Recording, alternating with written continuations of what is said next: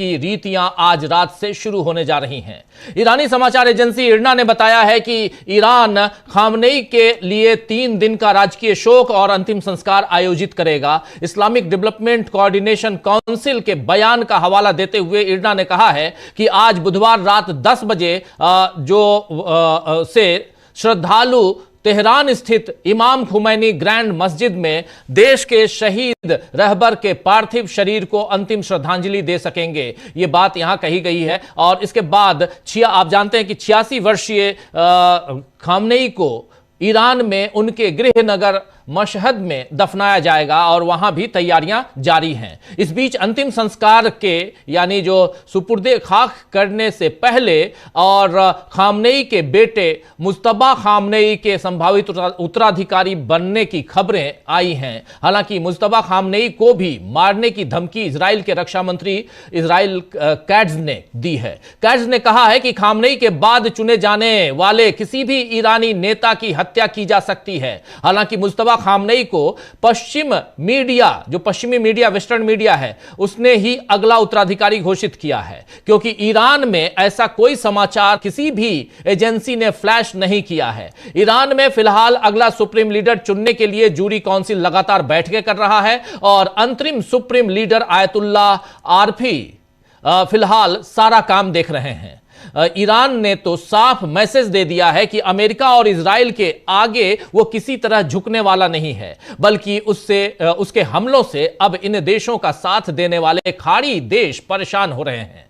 आज फिर से सऊदी अरब की तेल रिफाइनरी पर ईरान का हमला हुआ है। वहां के रक्षा मंत्रालय ने दावा किया है कि ईरान ने एक बार फिर उनकी तेल रिफाइनरी पर ड्रोन हमला करने की कोशिश की। सऊदी अरब का कहना है कि हमला रास तानूरा की तेल रिफाइनरी पर किया गया है। यह देश की सबसे बड़ी रिफाइनरी मानी जाती है। रक्षा मंत्रालय ने आगे कहा है कि शुरुआती जांच से पता चलता है कि हमला ड्रोन से किया गया था और इससे कोई नुकसान नहीं हुआ। गौरतलब है कि इससे पहले भी सऊदी अरब ने आरोप लगाया था कि इस रिफाइनरी पर ईरान की तरफ से हमला हुआ। अब कितना नुकसान हुआ या नहीं हुआ यह तो बाद में पता चलेगा, लेकिन अमेरिका का साथ देने का नतीजा कितना नुकसानदायक होता है यह खाड़ी देशों को समझ में आ रहा है। और वैसे भी आज खामनेई के प्रतिनिधि डॉक्टर अब्दुल मजीद हकीम इलाही ने एएनआई जो भारतीय न्यूज एजेंसी है एएनआई को दिए एक इंटरव्यू में कहा है कि अमेरिका का मकसद ईरान नहीं है, लेकिन ईरान के बाद वो दूसरे देशों के पास जाएगा। जांच के मुताबिक आने वाले समय में पावर कुछ दूसरे देशों में शिफ्ट होगी। आने वाले समय में दुनिया के सबसे ताकतवर देश भारत, चीन, रूस और अमेरिका भी होंगे। इसीलिए अमेरिका कोई पार्टनर नहीं चाहता है। वो नहीं चाहता है कि भारत या चीन कोई ताकतवर देश बने। इसी वजह से वो भविष्य में इसे रोकने के लिए बहुत सारी लड़ाइयां करवाते रहेंगे। ये बात यहां कह रहे हैं। जरा सुन लेते हैं इनकी जुबानी चर्चा आगे बढ़ाएंगे। सुनिए जरा। I want to point to the second issue, which is the aim of America is not Iran, but wants to attack the region after Iran will come to another countries. It has been known that according to investigations, in the near future, they will be shift of power to some other country. तो ये shift कहीं और भी ये shift कर सकते हैं। ये जो पावर की बात है, पावर शिफ्टिंग की बात है, तो अमेरिका की पोल खुल रही है। लेकिन अमेरिका और इजराइल ने ईरान पर हमला बोलकर एशिया पर अपना दबदबा बढ़ाने की जो कोशिश की, उसमें ये दोनों देश बुरी तरह हारते हुए दिख रहे हैं। और अब ऐसा लग रहा है कि एशिया के साथ साथ यूरोप पर भी अमेरिका का दबदबा कम हो जाएगा। ईरान के बाद लेबनान पर किए गए हमलों के बाद अब फ्रांस के राष्ट्रपति इमैनुअल मैक्रों ने एक तरफ इजराइल को चेतावनी दी है कि वो जमीनी हमला करने के बारे में सोचे भी नहीं। वहीं ट्रंप की अहंकारी विदेश नीति और निजी अपमान का भी कड़ा विरोध हो रहा है। और ब्रिटेन भी पहले ऐसी चेतावनी दे चुका है और इनके साथ ही स्पेन के प्रधानमंत्री पेड्रो सांचेज ने ईरान युद्ध को लेकर चेतावनी देते हुए इराक की लड़ाई का हवाला दिया है। सांचेज ने कहा है कि 23 साल पहले अमेरिका के नेतृत्व में हमें मध्य पूर्व के युद्ध में घसीटा गया था। उस समय कहा गया था कि यह युद्ध सद्दाम हुसैन की विनाशकारी हथियारों को खत्म करने, लोकतंत्र लाने और वैश्विक सुरक्षा के लिए है। उन्होंने यह भी कहा कि वास्तविकता में इसका उल्टा हुआ। यूरोप में असुरक्षा बढ़ी, जिहादी आतंकवाद में उछाल आया, पूर्वी भूमध्य सागर में प्रवासन संकट गहरा हुआ और ऊर्जा कीमतों में भारी बढ़ोतरी हुई। खबर है कि ब्रिटेन और फ्रांस के नेताओं ने चीन की ओर रुख करना शुरू कर दिया है। ईरान पर जंग ने यह साफ कर दिया है कि पश्चिम का दबदबा अब खत्म हो रहा है और वहां भी अब दो फाड़ हो चुका है। एक तरफ ट्रंप की अमेरिका फर्स्ट की सनक है तो दूसरी तरफ यूरोप के देशों के लिए उनका स्वाभिमान फर्स्ट है। यूरोप के बिना ट्रंप अब कितनी लड़ाइयां लड़ पाएंगे यह देखना होगा। वैसे ट्रंप का विरोध तो उनके अपने देश में भी हो रहा है। ईरान के विदेश मंत्री अब्बास अरागची ने ट्रंप पर धोखा करने का आरोप लगाया है। खास बात यह है कि धोखे का यह आरोप केवल ईरान को ही नहीं बल्कि अमेरिकियों के संदर्भ में भी लगाया गया है। दरअसल ईरान के साथ बातचीत का दिखावा करते हुए ट्रंप ने उस पर हमला बोला और इस पर अरागची ने कहा कि परमाणु बातचीत को प्रॉपर्टी के लेन देन जैसा समझा गया। अब्बास अरागची ने एक्स पर पोस्ट किया कि जब मुश्किल परमाणु बातचीत को प्रॉपर्टी खरीद बिक्री जैसा समझा जाता है, जब बड़े झूठ सच्चाई को ढक देते हैं तो वो उम्मीदें पूरी नहीं हो सकती हैं जो हकीकत से दूर हैं। उन्होंने लिखा है एक्स पर कि इसका नतीजा गुस्से में ही बातचीत की मेज को बम से उड़ा देना है। ट्रंप ने डिप्लोमेसी के साथ साथ उन अमेरिकियों से धोखा किया है जिन्होंने उन्हें चुना था। आपको बता दूं कि मंगलवार को अमेरिकी राष्ट्रपति डोनाल्ड ट्रंप ने दावा किया कि ईरान बातचीत करना चाहता है और साथ ही उन्होंने कहा था कि अब बहुत देर हो गई है। यहां कहा था डोनाल्ड ट्रंप ने कि ईरान बातचीत करना चाहता है लेकिन अब बहुत देर हो गई है। ट्रंप पहले भी दावा कर चुके हैं कि ईरान उनसे बातचीत करने की इच्छा जाहिर कर चुका है, लेकिन इसके बाद ईरान के सुरक्षा मंत्री अली लारिजानी ने कहा था कि हम अमेरिका के साथ बातचीत नहीं करेंगे। यह लारिजानी का कहना था, अली लारिजानी का, कि हम अमेरिका के साथ बातचीत नहीं करेंगे। इधर अमेरिका में कंजर्वेटिव समर्थकों ने भी ईरान पर हमलों की आलोचना, निंदा तेज कर दी है। उनका कहना है कि विदेश मंत्री मार्क रूबियो की बातों से ऐसा लगता है कि युद्ध की दिशा इजरायल तय कर रहा है, न कि ट्रंप प्रशासन। पॉडकास्टर मैट वॉल्स ने, जी हां, एक पॉडकास्टर हैं, वो मैट वॉल्स उनका नाम है, उन्होंने एक्स पर अपने लगभग 40 लाख फॉलोअर्स से कहा है कि वो साफ साफ बता रहे हैं कि हम ईरान के साथ युद्ध के लिए, इस युद्ध में इसलिए हैं क्योंकि इजराइल ने हमें मजबूर किया। यह शायद सबसे खराब बात है जो वो कह सकते थे। इसी तरह कंजर्वेटिव कमेंटेटर मेगिन केली ने भी ट्रंप के फैसले पर संदेह जताया है। उन्होंने कहा है कि हमारी सरकार का काम ईरान या इजराइल का ध्यान रखना नहीं है। मुझे यह साफ तौर पर इजराइल का युद्ध लगता है। मुझे यह साफ तौर पर इजराइल का युद्ध लगता है। यह आलोचना ऐसे समय में आई है दोस्तों जब ट्रंप की रिपब्लिकन पार्टी नवंबर में मिड टर्म चुनावों में अमेरिकी कांग्रेस पर अपनी पकड़ बनाए रखने की कोशिश कर रही है। इसी साल मिड टर्म में इलेक्शन होना है अमेरिका में। इधर ट्रंप और रूबियो की बातों में भी अंतर ट्रंप को फंसा रहा है। दरअसल ट्रंप ने मंगलवार को कहा है कि उन्होंने अमेरिकी सेना को इजराइल के साथ मिलकर ईरान पर हमला करने का आदेश इसलिए दिया क्योंकि उन्हें लगा कि ईरान पहले हमला करने वाला था। वहीं रूबियो ने सोमवार को पत्रकारों से कहा था कि अमेरिका ने हमला इसलिए शुरू किया क्योंकि उसे आशंका थी कि तेहरान के खिलाफ प्रस्तावित इजरायली कार्रवाई के जवाब में ईरान अमेरिकी बलों पर पलटवार कर सकता है। उन्होंने कहा कि हमें पता था कि इजराइल कार्रवाई करने वाला है। हमें यह भी पता था कि अगर हमने पहले कार्रवाई नहीं की तो हमें अधिक नुकसान उठाना पड़ता। हालांकि ट्रंप ने इस धारणा को खारिज कर दिया कि इजराइल ने अमेरिका को इस संघर्ष में धकेला है। तो अब अमेरिकी जनता यह जानना चाहती है कि ईरान पर हमला वाकई में ट्रंप का फैसला था या इजराइल के कारण उसके सैनिक मारे जा रहे हैं। आपको बता दूं कि आज ही अमेरिका में उन 9 में से 4 सैनिकों की तस्वीर और नाम जारी किए गए हैं जो इस युद्ध में, इस जंग में मारे गए हैं। तो आइए दोस्तों आज चर्चा करेंगे कि ट्रंप के कारण अमेरिका का अमेरिका को हो गया है बड़ा नुकसान, और इन सब के बीच ईरान ने कैसे अमेरिका को चारों तरफ से घेर लिया है, इसकी चर्चा करते हैं। चर्चा की शुरुआत करते हैं, हमारे साथ कुछ वरिष्ठ साथी जुड़े हुए हैं, उनसे आपका परिचय करवाता हूं। बहुत महत्वपूर्ण है आज का दिन, एक तरफ होली की ढेरों शुभकामनाएं आप लोगों को, और इन सब के बीच रंगों का उल्लास का त्योहार ये होली। इन सब के बीच जो खबर उधर से आ रही है, ईरान से आ रही है, जो खबर इजराइल और अमेरिका से आ रही है, और जिस तरह से वहां मिडिल ईस्ट में अभी बिल्कुल एक डर का आलम है, इन सब के बीच ईरान में जो कुछ हुआ है और क्या कुछ ईरान में चल रहा है, इन सब पर हमारी पैनी निगाहें टिकी हुई हैं। और अभी से आपको सीधे ले चलते हैं, उधर ईरान ही ले चलते हैं। हमारे साथ दो साथी, वरिष्ठ साथी जुड़े हुए हैं, अमलेंदु जी और सुनील जी, और उधर ईरान से जुड़े हुए हैं हमारे साथ लाइव फ्रॉम ईरान, आप देख रहे हैं ईरान से जुड़े हुए हैं हमारे साथी अब्बास नकवी साहब जुड़े हुए हैं हमारे साथ, माफी चाहूंगा, नजर अब्बास रिजवी साहब जुड़े हुए हमारे साथ। रिजवी साहब, आपका स्वागत करता हूं। प्रशांत जी, आपका भी स्वागत है, और स्वागत इस्तेकबाल अब तमाम दोस्त साथी शुभचिंतक जो अब तक जुड़ चुके हैं उनका भी, जो जुड़ने वाले हैं उनका भी।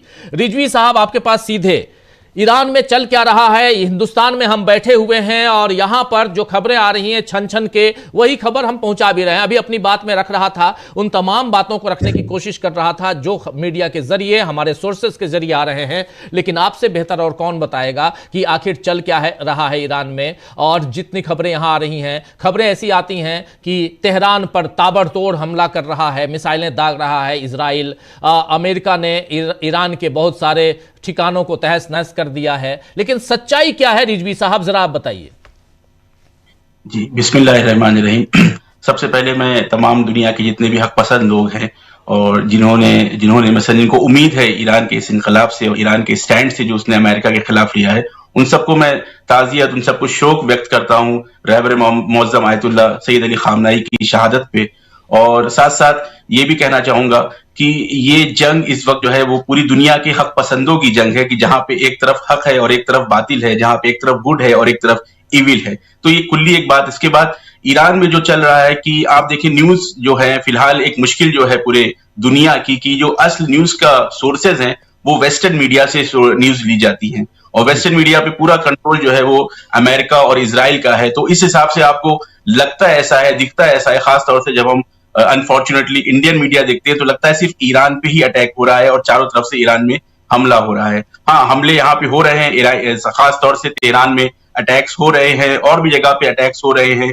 कई सौ लोगों की जानें जा चुकी हैं, कई सौ लोग शहीद हो चुके हैं, जिसमें से वो 170 बच्चियां भी हैं कि जो एक प्राइमरी स्कूल में पढ़ने के लिए गई थी और फिर उनपे अटैक करके उनको शहीद कर दिया गया। लेकिन यहाँ पे पूरी तरीके से एक गुस्से का माहौल है, एक इंतकाम लेने का माहौल है, कोई भी अफरा तफरी का माहौल यहाँ पे नहीं है।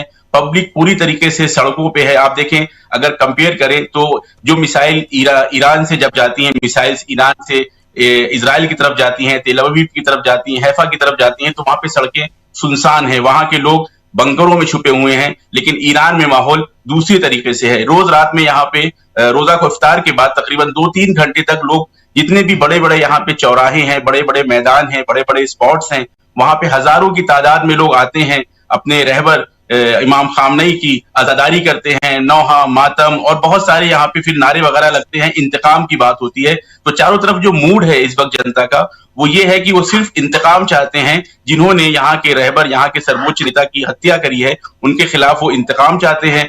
और पूरी तरीके से लंबी जंग की आमादगी दिखाई पड़ती है सड़कों पे। मैं मिलिट्री लेवल पे नहीं कह रहा हूँ, मिलिट्री लेवल पे तो आमादगी है ही है, लेकिन जो आमादगी यहाँ की आवाम के अंदर है, जो आमादगी यहाँ की जनता के अंदर है, वो वाकई कहीं भी दुनिया में देखने को नहीं मिलती है। एक ऐसा माहौल कि जब मिसाइल बरस रही हैं, ऊपर फाइटर जेट्स देखे जा रहे हैं और नी जनता जो है वो मर्ग बर इजराइल, इजराइल मुर्दाबाद, अमेरिका मुर्दाबाद के नारे के साथ पूरे जोश और खरोश के साथ अपनी मिलिट्री फोर्सेस के सपोर्ट में खड़ी हैं। और उसके अलावा जो ये खबरें आ रही हैं कि सारे मजलिस खुबरगान के सारे मेंबर्स को मार दिया गया है, शहीद कर दिया गया है, ये खबरें पूरी तरह से गलत हैं। कल जहां पे अटैक हुआ था कुम के अंदर, मजलिस खुबरगान के जो काउंसिल का जो ऑफिस था वो बिल्कुल खाली था, वहां पे कोई भी सीनियर मेंबर नहीं था और सब लोग सुरक्षित हैं, सब लोग अपना काम कर रहे हैं। और नेक्स्ट जो लीडर है ईरान की, उनको चुनने की प्रक्रिया अपने पूरे जोश खरोश से चालू है, जारी है, और जल्द ही उसका नतीजा जो है वो पूरी दुनिया के सामने आने वाला है।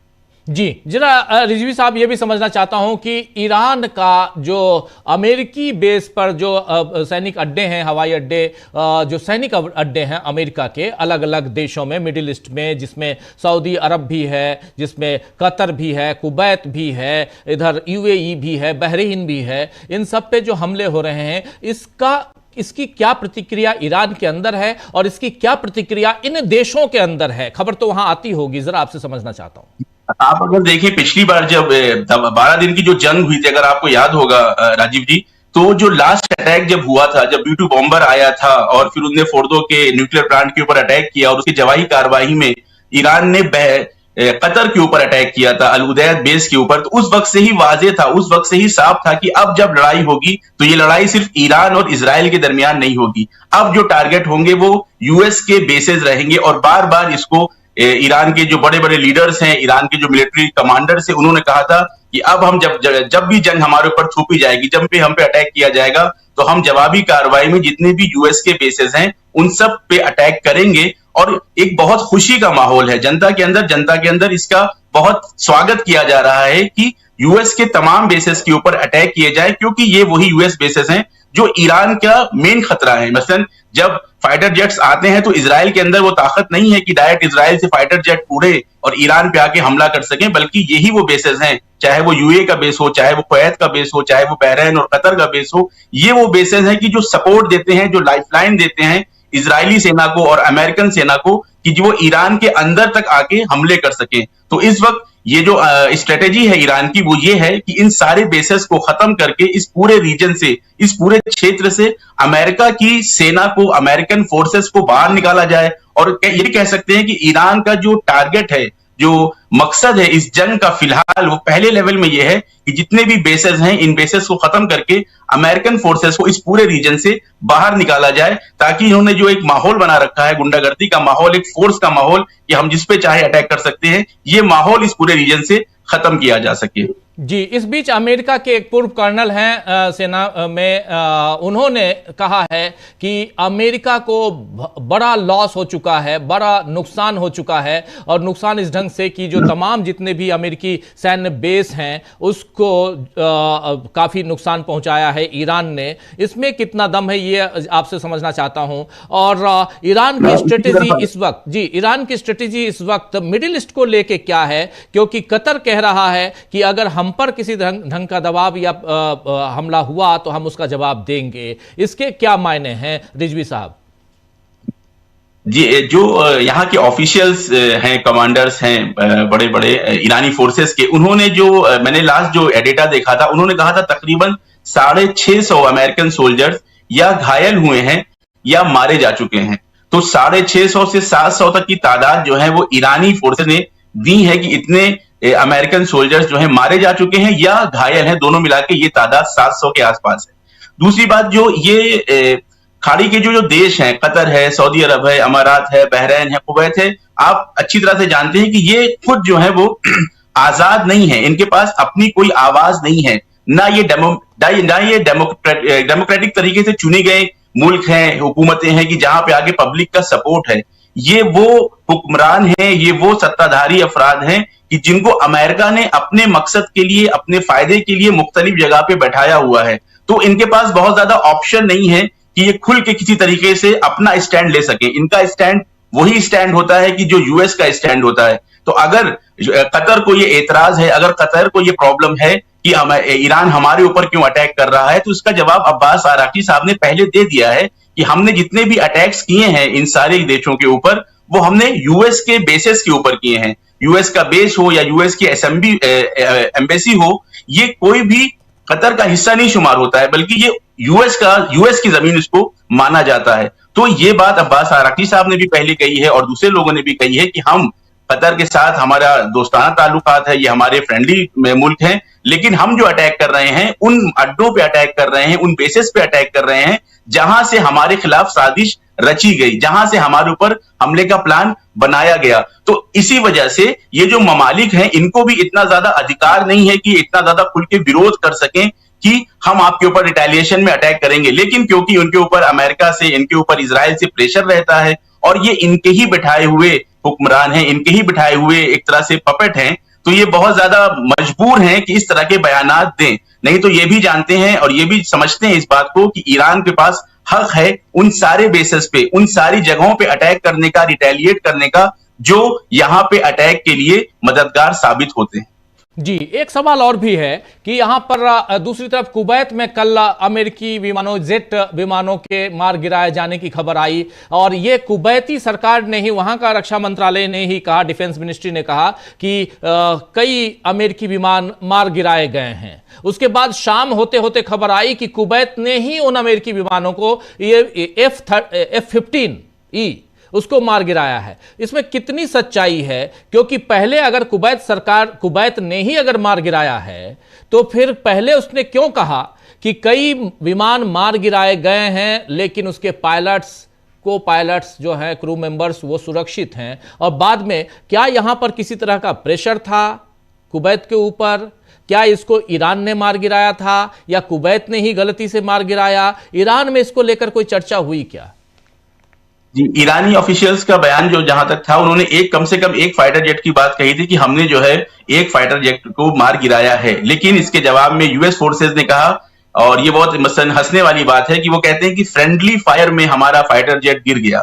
मसलन ऐसे लगता है कि पार्क में कोई गेम हो रहा था और वहां पे फ्रेंडली फायर हो गया और खुद ही हमने, जिसको कि बाद में उन्होंने कुवैत के जरिए से इसको एडमिट करवाया कि हमने, कुवैत ने मसलन गिरा दिया है प्लेन को। तो एक तरह से ये छुपाने की बात होती है, छुपाने की कोशिश होती है, ताकि बहुत ज्यादा ईरान की जो पावर है, ईरान की जो कुदरत है कि वो फाइटर जेट्स को भी गिरा सकता है, इसको दबाने के लिए, इसको कम करने के लिए ये कोशिशें होती हैं कि ऐसे कि आपस में ही हमसे गलती से फाइटर जेट हमने गिरा दिया है। और ये दुनिया अगर सुने इसको और सीरियसली सोचे तो उसे हंसी आएगी कि फाइटर जेट्स किस तरह से कोई अपने ही फाइटर जेट्स को, वो फाइटर जेट्स को जो आपके ही बेस पे खड़े हैं, उसको कोई खुद कैसे गिरा सकता है। तो ये बात वही है कि आप जो कह रहे हैं, प्रेशर में आके यूएस के इस तरह के बयान देने की कोशिश की जाती है ताकि ईरान और ईरान की जो सैन्य फौजें हैं, इनकी ताकत को कम दिखाया जाए। और अगर ये बात दुनिया में चली जाए कि जो हकीकत है कि वाकई ईरान के पास वो पावर है, वो मिसाइल्स हैं, वो सिस्टम्स हैं कि जो अमेरिका के फाइटर जेट्स को भी गिरा सकते हैं, तो ये खुद इनके लिए बहुत खतरनाक है, जो ये खुद इनके लिए बहुत शर्म वाली बात होती है। इस वजह से ये कोशिश करते हैं कि इस हकीकत को छुपा के रखें। एक बात और ये बताइए कि हम तस्वीरें देख रहे हैं, देखिए हमारे आपके बीच ये ईरान की ही तस्वीरें हैं, रात को 12 बजे और यहाँ सड़कों पे लोग हैं। और आज 2-3 ऐसी तस्वीरें भी आई कि लोग छाता लेकर दक्षिण ईरान में वहाँ बारिश हो रही है और बिल्कुल मिडनाइट में लोग निकल के अमेरिका मुर्दाबाद के नारे लगा रहे हैं। नॉर्थ ईरान में बर्फबारी हो रही है, उसमें भी लोग हैं। ये देखिए, ये छाते लेकर, ये है अम्ब्रेला के साथ लोग हैं। और दूसरी तस्वीर भी आपको दिखाता हूं जिसमें यहाँ भारी बारिश हो रही है, उसमें है लोग। और दूसरी तस्वीर जहां भारी बर्फबारी हो रही है, स्नोफॉल हो रहा है, वहां भी लोग हैं। लेकिन ये देखिए, ये तस्वीर है, क्रिसमस ट्री है और लोग हैं और बर्फबारी हो रही है, ये तस्वीर भी है। इन सब के बीच उधर डोनाल्ड ट्रंप ये दावा करते हैं कि अमेरिका में सुप्रीम लीडर के मारे जाने के बाद अमेरिका से कहा जा रहा है कि ईरान में सुप्रीम लीडर के मारे जाने के बाद लोगों में जश्न का माहौल है और हम उन सब की मदद करना चाहते हैं, रेजीम चेंज करना चाहते हैं। कितना क्या सच्चाई है? क्योंकि चूंकि आप वहां हैं, आपसे बेहतर फर्स्ट हैंड जानकारी, आप सीधे ईरान से जुड़े हुए हैं, इसलिए आपसे बेहतर कौन बताएगा कि आखिर चल क्या रहा है और जो दावे हैं डोनाल्ड ट्रंप के, उसमें कितना दम है? देखिए, अनफॉर्चुनेटली दुनिया एक ऐसी मोड़ पे आ गई है कि जहां मीडिया के जरिए से या और जरायों से और सिस्टम के जरिए से दिन को कहा जाता है रात है और रात को कहा जाता है दिन है। और हमारी दुनिया की जनता भी इतनी भोली हो चुकी है कि उसको लगता है कि वाकई दिन जो है वो रात हो गया है और रात जो है वो दिन हो गया है। मेरा चैलेंज है आपके माध्यम से, आपके चैनल के माध्यम से, अगर डोनाल्ड ट्रंप मेरी बात सुन रहे हो, जितनी एक वीडियो में पब्लिक है, डोनाल्ड ट्रंप बिना पैसा दिए अगर अपने किसी भी एक शहर में अमेरिका की इतनी पब्लिक अपने सपोर्ट में बुला लें, तो मैं जो भी कहेंगे मैं हार जाऊंगा। डोनाल्ड ट्रंप की जो हालत अपने मुल्क में है कि सबसे लोअर रेटिंग है इस वक्त उनकी एक प्रेसिडेंट के तौर पे, उसके बाद ऐसी बातें कहना समझ में आता है कि वाकई उनके ऊपर उम्र का जो है काफी असर हो चुका है। तो ये तो एक बात। दूसरी बात यह है कि जिस दिन से भी शहादत की खबर आई है, यानी पहले शहादत हुई है एक दिन पहले और उसको 24 घंटे बाद जो है तकरीबन आम किया गया है, तो उस वक्त से लेके अभी तक डेली रोज रात में 2 से 3 घंटा 4 घंटा ईरान के 100 से ज्यादा शहरों में, खास तौर से तेहरान में, कुम में, शिराज में, इस्फहान में, जितने भी बड़े शहर हैं, पब्लिक रोज रात में, मैंने आपसे पहले भी कहा कि इफ्तार के बाद, यहाँ पे इफ्तार तकरीबन 6:30 बजे के आसपास होता है, 6:30 बजे के बाद धीरे धीरे पब्लिक जमा होना शुरू हो जाती है और एक पूरा माहौल जैसे आपके वीडियोस में दिख रहा है, कोई किसी को डर नहीं है और सबके जहन में ये रहता है कि ये हमारी जिम्मेदारी है, क्योंकि हमारे रहबर को इन्होंने मार दिया है, शहीद कर दिया है। अब हमारी जिम्मेदारी है कि हम इस निजाम के सपोर्ट में जमीन पे रहें। तो ये वो तादाद है, ये वो लाखों की तादाद है कि जो इस इस्लामी इनकलाब के, इस इस्लामी क्रांति के सपोर्ट में लोग हैं, जो ये चाहते हैं कि इस इस्लामी क्रांति को आगे बढ़ाया जाए, ये पूरा सिस्टम इसी तरह से चलता रहे। लेकिन इसी के मुकाबले में अगर आप जो 1 महीने पहले यहाँ पे राइट्स हुए थे, जो दंगे हुए थे, उसको मैं प्रोटेस्ट नहीं कहूंगा, कि जिसको बहुत ज्यादा बढ़ाया गया था इंटरनेशनल मीडिया में, ट्विटर के जरिए से, फेसबुक के जरिए से, उसमें पहलवी इन्वॉल्व थे, उसमें अमेरिका इन्वॉल्व था, ईरान, इजराइल इन्वॉल्व था और दिखा रहा था कि एक अपराइजिंग हो गई है। इस तादाद का शायद 5% लोग भी रोड पे नहीं थे। और ये सबसे दिलचस्प बात यह है कि जहां जहां ये प्रोटेस्ट हो रहे हैं, प्रोटेस्ट तो नहीं कहूंगा, जहां जहां ये जमावड़े हो रहे हैं, जहां जहां ये इज्तिमा हो रहा है, जहां जहां ये लोग जमा हो रहे हैं, ये स्पेशली वही जगह है जहां पे 1 महीने पहले दंगाइयों ने आगे हुड़दंग मचाया था, जहां पे आके लोगों को मारा था, कत्लेआम मचाया था, आगजनी करी थी। जो शहर के ऐसे पॉइंट्स थे कि जहां 1 महीने पहले अमेरिका से सपोर्टेड और इजराइल के सपोर्टेड जो गुंडे थे, जो दंगाई थे, जिन्होंने आगे उपद्रव किया था, उन पॉइंट्स पे आके ईरानी जनता इस वक्त ये ऐलान कर रही है कि हम पूरी तरीके से इस सिस्टम के साथ हैं, इस क्रांति के साथ हैं, और साथ साथ ये भी ऐलान कर रही है कि मजलिस खुबरगान काउंसिल जिसको भी नेक्स्ट वली फकीह, जिसको भी नेक्स्ट लीडर मुंतखब करती है, सेलेक्ट करती है, हम पूरे जोश और खरोश के साथ, पूरी जान के साथ उसका वैसे ही सपोर्ट करेंगे जैसे आयतुल्लाह खामनई का सपोर्ट करते थे। इसके साथ साथ आप ये देखें, पहले भी इसको मैंने कहा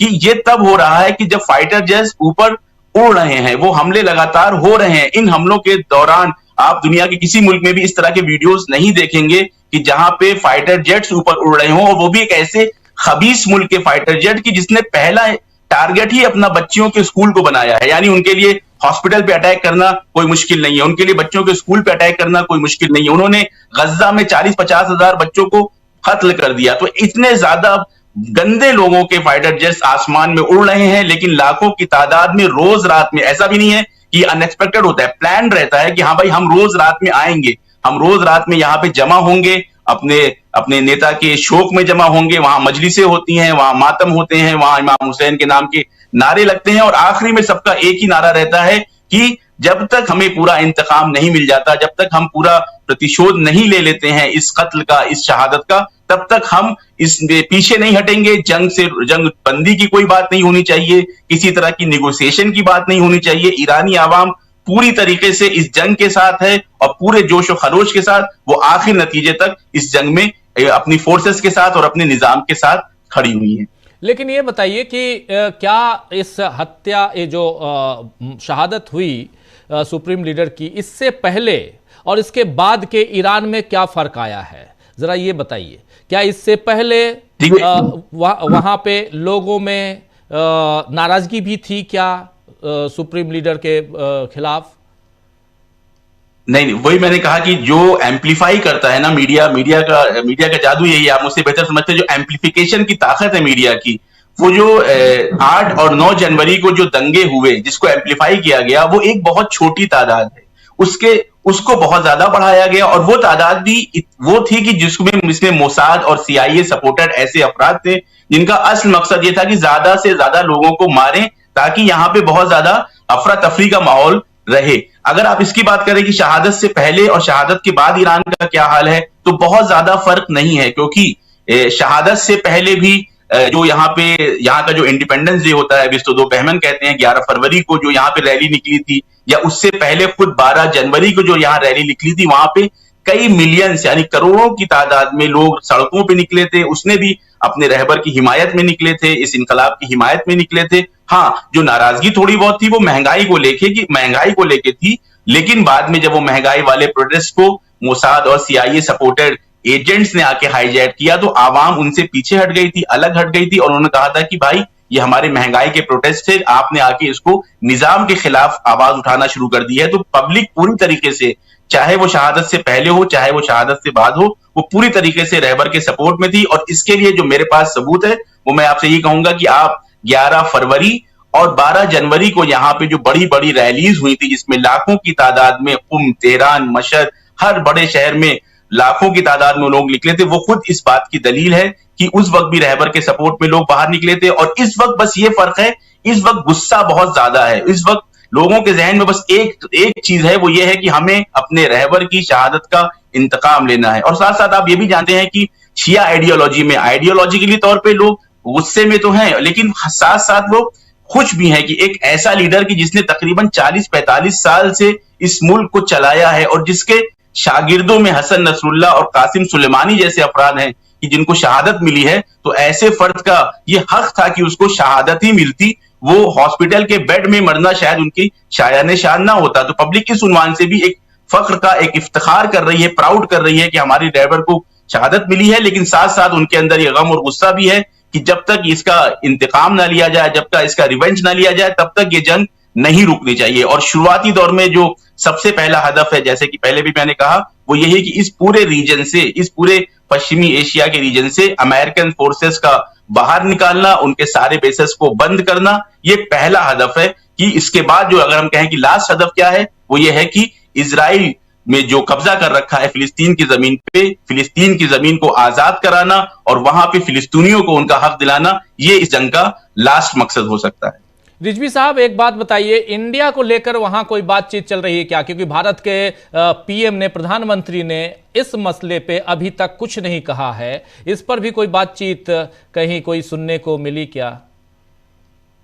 नहीं, इस तरह की यहाँ पे मसलन कोई खास ऐसा जिक्र यहाँ पे नहीं है, क्योंकि तवक्को ये रहती है ईरान को और ईरानी आवाम को और ईरान के जो लीडर्स हैं कि वो, क्योंकि इंडिया जो है एक नेचुरल अलाई है, साल से हमारे इंडिया जो है वो ईरान का नेचुरल अलाई है, तो तवक्को ये रहती है कि इस तरह का कोई ना कोई बयान आना चाहिए। लेकिन बयान नहीं आया, उसके बाद कोई खास यहाँ पे ऐसा जिक्र नहीं हो रहा है, कोई खास ऐसी बयानबाजी नहीं हो रही है। हालांकि यहाँ पे जो एनालिस्ट हैं, जो यहाँ पे जो तज्जिया और तहलील करते हैं, उनका कहना है कि ये एक अच्छा साइन नहीं है और इसमें इस तरह से कुछ ना कुछ बयान आना चाहिए, कि उम्मीद है कि आगे इस तरह के कोई ना कोई बयान हमारी इंडिया से जरूर आएगा ईरान के इस मसले पे आएगा। एक बात और, फिर आपको मैं समझ रहा हूं कि काफ़ी व्यस्त हैं, लेकिन एक सवाल और भी।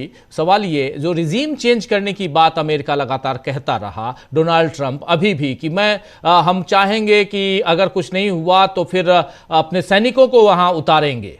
कल बयान आया डोनाल्ड ट्रंप का कि वहां जमीन पे, ईरान की धरती पे अपने सैनिकों को उतारना। ये खबर भी ईरान तक तो आई ही है, जब हम तक आई हुई है तो आप तक भी है। जरा ये समझना चाहता हूं इसकी क्या प्रतिक्रिया है ईरान में, और ईरान के फोर्सेस, ईरान के लोग क्या कहते हैं?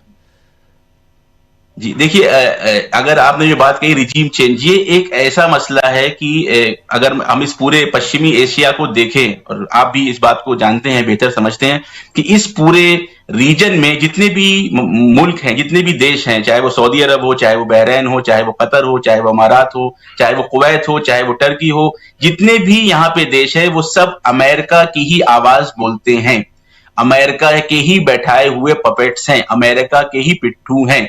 बस इस पूरे रीजन में ईरान एक ऐसा मुल्क है कि जिसने आके अमेरिका के खिलाफ स्टैंड लिया हुआ है और कहा हुआ है कि हम आपके जुल्म को सहेंगे भी नहीं और दूसरों लोगों को भी जागरूक करते रहेंगे कि अमेरिका और इजराइल के जुल्म के खिलाफ आवाज उठाएं। तो सबसे जो मेन हदफ है, मेन जो मकसद है अमेरिका, मैं ट्रंप की बात नहीं कर रहा हूं, बल्कि 40 साल से, जब से ये ईरानी इनकलाब आया है, जब से क्रांति आई है 1979 से, उनका एक मकसद यह है कि किसी तरीके से ये जो क्रांति का सिस्टम है ये यहाँ पे खत्म हो जाए और सऊदी अरब जैसा, बहरीन जैसा, कतर जैसा कोई एक सिस्टम आ जाए कि जो हमारे हिसाब से चले, जो हमारी बातों को सुने, वो हमारे हिसाब से फैसले ले। तो पूरा असल हदफ उनका यही है। फिर उसमें वो कभी बहाना लाते हैं न्यूक्लियर डील का, कहते हैं वो न्यूक्लियर वेपन बना रहे हैं, कभी बहाना लाते हैं ह्यूमन राइट्स का, कभी बहाना बनाते हैं ह्यूमन राइट्स का, कभी बहाना बताते हैं महंगाई का। तो असल जो उनका दिल का दर्द है, अमेरिकन एस्टेब्लिशमेंट का जो इंपेरियलिज्म है, साम्राज्यवाद है, उसका असल जो प्रॉब्लम है वो ईरान में इस सिस्टम को खत्म करना चाहते हैं और एक ऐसा सिस्टम लाना चाहते हैं कि जिस सिस्टम में वो उनके हिसाब से ही चले, तेल उनको ही बेचे, उनके हिसाब से ही सब कुछ होना चाहिए। और तो इस वजह से यहाँ पे रिजीम चेंज जो है वो इनका हमेशा का ख्वाब रहा है। चाहे वो पिछले साल जब इन्होंने अटैक किया तब भी इनके जहन में था कि रिजीम चेंज हो जाए, चाहे वो महसा अमीनी के टाइम पे इन्होंने कोशिश की कि रिजीम चेंज हो जाए, पिछले महीने भी इन्होंने, असल में इनके सोता जागता एक ही ख्वाब है, किसी तरीके से ईरान के अंदर रिजीम चेंज हो जाए और हमारा मनपसंद शासक आ जाए। ना इनको डेमोक्रेसी से मसला है, ना इनको न्यूक्लियर मसला है, कोई मसला नहीं। अगर इनको डेमोक्रेसी से ही इतनी मोहब्बत होती तो फिर सऊदी अरब में डेमोक्रेसी आ जानी चाहिए थी। अब तक कतर, बहरीन, अमारात, जहां जहां ये मोनार्की है, ये सब खत्म हो जानी चाहिए, वहां डेमोक्रेसी होती, वहां इलेक्शंस हो रहे होते, लेकिन वहां पे ये सब कुछ नहीं है। इससे समझ में आता है और दुनिया आज, अच्छी बात यह है कि आज दुनिया ये सब चीज समझती है कि ये जो ड्यूअल स्टैंडर्ड है, ये जो धोखा दिया जा रहा है दुनिया को डेमोक्रेसी के नाम पे, न्यूक्लियर वेपन, ये बार बार कहते हैं। यहाँ पे आयतुल्लाह खामनई का फतवा लास्ट तक कहा, वो इसको दोहराते रहे कि हम नहीं इजाजत देता, इस्लाम ऐसे वेपन्स बनाने की इजाजत नहीं देता कि जिसमें मासूमों की जान जाए। आप देखें आज भी ईरान जितनी भी मिसाइल बना रहा है वो प्रिसिशन वाली मिसाइल से अटैक कर रहा है तेल अवीव में, जहां पे सिर्फ मिलिट्री सेंटर्स पे अटैक किया जा रहा है ताकि किसी सो कॉल्ड मासूम की जान ना जाए। अमेरिकन बेसिस पे कर रहा है, किसी भी सिविलियन टारगेट को अटैक नहीं किया गया है अभी तक, लेकिन उसके मुकाबले में यहाँ पे कम से कम 7 से 9 हॉस्पिटल्स पे जो है इजराइल ने और अमेरिकन फोर्सेस ने अटैक किया है। जंग की शुरुआत ही उन्होंने जो है वो एक प्राइमरी स्कूल पे अटैक करके की, जहां पे 170-180 लोग मारे गए हैं, जिसमें 165 जो है वो बच्चियां हैं, बाकी 14 वहां पे लेडीज टीचर हैं। तो ये जो एक मसला है कि रिजीम चेंज करना चाहते हैं ताकि अपनी ताकत को यहाँ पे पूरी तरीके से यूज कर सके, अपनी ताकत के लिए, अपने फायदे के लिए, तो वो चलते रहेगा, ये प्रोसेस चलता रहेगा, तब तक चलता रहेगा। मुझे याद है अच्छी तरह से, मैंने कई बार ये आयतुल्लाह खामनई के मुंह से सुना, जब तक ये लोग मायूस नहीं हो जाएंगे, अमेरिका और इजराइल मायूस नहीं हो जाएंगे कि ये ईरान में कुछ भी नहीं कर सकते, तब तक ये कोशिश करते रहेंगे कि यहाँ पे सो कॉल्ड, वो रिजीम का वर्ड यूज करते हैं, वो निजाम को जो बदलना चाहते हैं वो बदलने की पूरी कोशिश करते रहेंगे। और आप भी देखें हर साल कुछ ना कुछ ये किया करते हैं ताकि किसी तरीके से यहाँ पे जो एक इस्तिकामत है, यहाँ पे जो एक रेजिस्टेंस वाली सिस्टम बना हुआ है कि उसकी वजह से इनको प्रॉब्लम है, वो उसको खत्म करने की कोशिश करते हैं।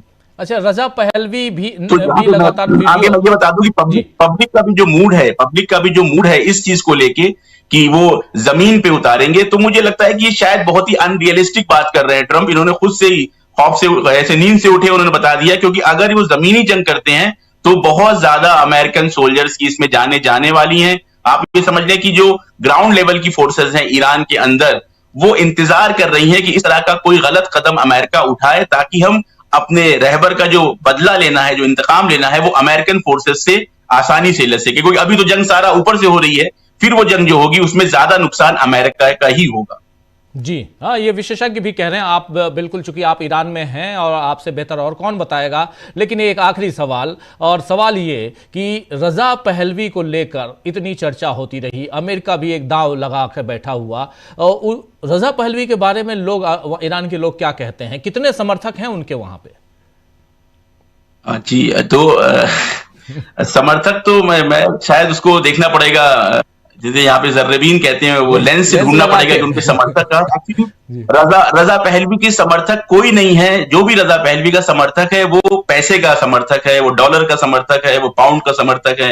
वो सिर्फ और सिर्फ पैसे की वजह से, थोड़े बहुत यहाँ पे जो पब्लिक है, बहुत कम, मैं तो परसेंटेज में भी नहीं कह सकता हूँ, कुछ 100 अफराद ऐसे हैं कि जो आते हैं, उनको पैसा दिया जाता है। अभी अगर आप इंटरव्यूज देखें, जो पिछले महीने जब लोगों को पकड़ा गया, उन अफराद को पकड़ा गया कि जो दंगा कर रहे थे, जो लोगों को मार रहे थे, उनको जब पकड़ा गया तो उनसे कहा गया कि हमसे बहुत ही नॉमिनल, मसलन इंडियन रुपीज में अगर आप कहें 10,000, 15,000 के लिए वो आगजनी कर रहे थे। बाकायदा रेट लिस्ट थी वहां पे। अगर एक इंसान को मार दोगे तो 500 मिलियन तुमान, अगर एक बैंक जला दोगे तो 200 मिलियन तुमान, अगर जाके मसलन बाइक जला दोगे तो 50 मिलियन, कार जला दोगे तो 100 मिलियन। तो ये रजा पहलवी के जो सपोर्टर्स है, सो कॉल्ड, वो रजा पहलवी के सपोर्टर्स नहीं है, वो मालो दुनिया के वो पैसे के सपोर्टर्स हैं।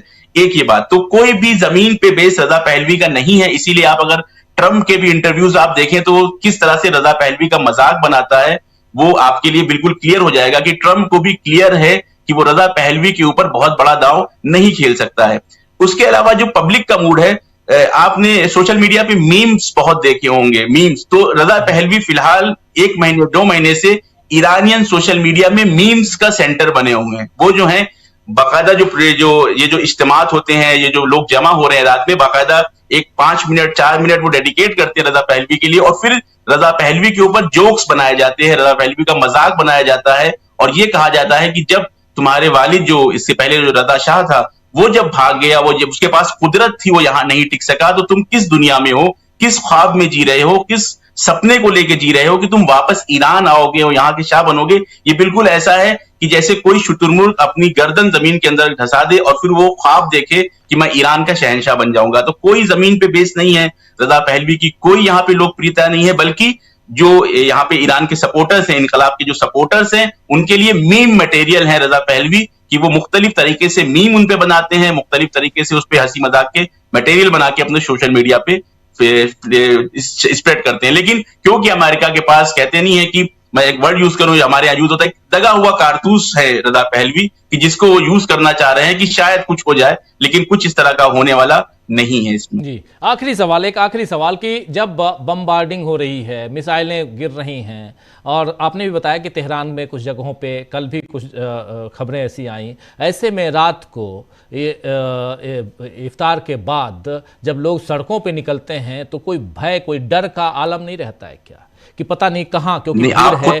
और जी, आप खुद वीडियोस में देखें, मैंने इसमें शिरकत करी, तो मैंने देखा कि आप बच्चों के साथ लोग शिरकत करते हैं। हत्ता मैंने देखा है कि 2, 3, 4 महीने के छोटे छोटे बच्चों को गोद में लेके, प्राम में लेके लोग पूरी फैमिली के साथ, क्योंकि वो इसको अपनी एक रिलीजियस ड्यूटी समझ रहे हैं। एक्चुअली क्या है मसला, यहाँ पे वही आइडियोलॉजिकल मसला है। इजराइल में जो लोग रह रहे हैं वो आए थे वहां पे अय्याशी करने के लिए, उनसे कहा गया था कि आपको बड़े बड़े विलास दिए जाएंगे, फिलिस्तीनियों से छीन के बड़े बड़े बाग दिए जाएंगे। तो वो लोग जो है वो दुनिया की अय्याशियों के लिए आए हैं। लेकिन ये लोग जो रोड पे आए हैं वो अपना धार्मिक कर्तव्य समझ के, रिलीजियस ड्यूटी समझ के आ रहे हैं कि हमारी जिम्मेदारी है कि हम इस क्रांति को, इस सिस्टम के सपोर्ट में आए। तो किसी भी तरीके से डर नहीं है। डर होता तो लोग क्यों रोड पे होते? आप देखें, वीडियोस आपके सामने हैं, खुद मैं और भी आपके पास वीडियोस भेज दूंगा कि जहां पे लोग मतलब पूरे जोश और खरोश के साथ, अगर आपने जो इराक में चहलुम होता है, अरबईन होता है, अगर उसकी वीडियोस आपने देखी हो तो थोड़ा सा उस टाइप का माहौल है कि जहां पे गम गुस्सा भी है, सपोर्ट में भी बातें हो रही हैं, और खास साथ इमाम हुसैन की आजादारी के ऊपर, क्योंकि ये कहा गया है कि 1 हफ्ते तक, बल्कि 40 दिन का यहाँ पर ऐलान किया गया है। तो जब यहाँ शिया आइडियोलॉजी के मुताबिक जब शोक होता है तो वहां पे इमाम हुसैन की मजलिसें होती हैं, मातम होता है, लोग आंसू बहाते हैं, तो वो सारे प्रोग्राम्स बीच में होता है। और साथ साथ फिर लोग अपने नेता को भी याद करते हैं, रहबर को भी याद करते हैं, और साथ साथ एक तरह से वो अहद लेते हैं, ये ओथ लेते हैं कि जो भी अगला शख्स आएगा, जो भी अगला फर्द वली फकीह बनेगा, लीडर बनेगा, हम उसका पूरी तरीके से साथ देंगे, जैसे हम अब तक आयतुल्लाह खामनेई का साथ दे रहे थे। तो आपका जो असल सवाल था वो ये है कि किसी भी तरह से कोई डर, किसी भी तरह का कोई घबराहट नहीं है। और ये सबसे बड़ी दलील है, आप वीडियोस देखें, ज्यादा तादाद में औरतें हैं, ज्यादा तादाद में बच्चे वहां पे दिखाई पड़ रहे हैं। इससे उस मिथ को भी तोड़ा जा सकता है कि जो हमेशा से कहा जाता है कि ईरान औरतों की आवाज को दबाता है, ईरान औरतों के हुकूक का ख्याल नहीं रखता है। कोई भी इज्तिमा हो, कोई भी रैली हो, ज्यादा तादाद में औरतें रहती हैं। अगर 5000 आदमी है तो 10,000 औरतें वहां पे रहती हैं। हमेशा इस तरह का रेशियो रहता है। तो बड़ी तादाद में लोग इसमें शिरकत कर रहे हैं, और दिन ब दिन, यानी पहले दिन से लेके कल तीसरा दिन था, दिन ब दिन वो जो माहौल है वहां पे और ज्यादा बढ़ता जा रहा है, लोगों की तादाद बढ़ती जा रही है, लोगों के हौसले में इजाफा होता जा रहा है। और सबकी एक ही, आखिरी में जब वो प्रोग्राम खत्म होता है तो सबका एक ही रहता है, मैं फारसी में अगर कहूं कि वस्सलाम इंतकाम इंतकाम, यानी आखिरी में अगर खुदाफिजी करते वक्त एक हमारा कलमा है वो ये कि इंतकाम लेना है, हमें अपने रहबर की मौत का, रहबर की शहादत का इंतकाम लेना है। और उसके अलावा किसी भी तरह की निगोसिएशन की बात, किसी भी तरह की युद्ध बंदी की बात, किसी भी तरह की अगर सीज फायर की बात होती है तो वो लोग कहते हैं कि हमें किसी भी तरह की सीज फायर की बात नहीं करनी है, इस जंग को आखिर तक लेके जाएंगे और नतीजे तक पहुंचाएंगे। ये पब्लिक कह रही है यहाँ की। जी, बहुत शुक्रिया रिजवी साहब, बहुत बहुत शुक्रिया वक्त निकालने के लिए और इस चर्चा में आने के लिए। मैं समझ सकता हूं कि अभी किन मुसीबतों को झेल रहे हैं आप सब लोग, लेकिन उसके बाद भी हौसला बुलंद है और ये बुलंद हौसला रहना भी चाहिए। और उम्मीद है कि जो जिस इंतकाल की बात हो रही है, इंतकाम की बात हो रही है, उस इंतकाम तक पहुँचे ईरान, ये बहुत ज़रूरी है। और साथ साथ जो मिडिल ईस्ट में जो कुछ चल रहा है उस पर निगाहें टिकी रहेंगी और आपसे फिर समय समय पे बातचीत होती रहेगी, गुफ्तगू करते रहेंगे, ताकि हमारे तमाम दर्शक साथी जो हैं उन तक, जो हमारे व्यूअर्स हैं उन तक सच्चाई हम पहुंचा पाएं। बहुत बहुत शुक्रिया, बहुत धन्यवाद आपका। बहुत शुक्रिया। आता हूं, आगे बढ़ते हैं और सीधे प्रशांत जी आपके पास आना चाहता हूं। हमारे साथ जुड़े हुए हैं प्रफुल्ल जी भी हमारे साथ जुड़े हुए हैं और जुड़े हुए हैं अमलिंदु जी भी। आप सबका एक बार फिर स्वागत करता हूं। सीधे ईरान से हमारे साथ जुड़े हुए थे रिजवी साहब, जिनसे हम समझ रहे थे वहां का सूरत हाल। प्रशांत जी, इस बीच बहुत घटनाक्रम में तेजी लगातार हम लोग देख रहे हैं। सुबह से लगातार हम लाइव कर रहे हैं। आज होली का दिन है, आप सबको होली की शुभकामनाएं।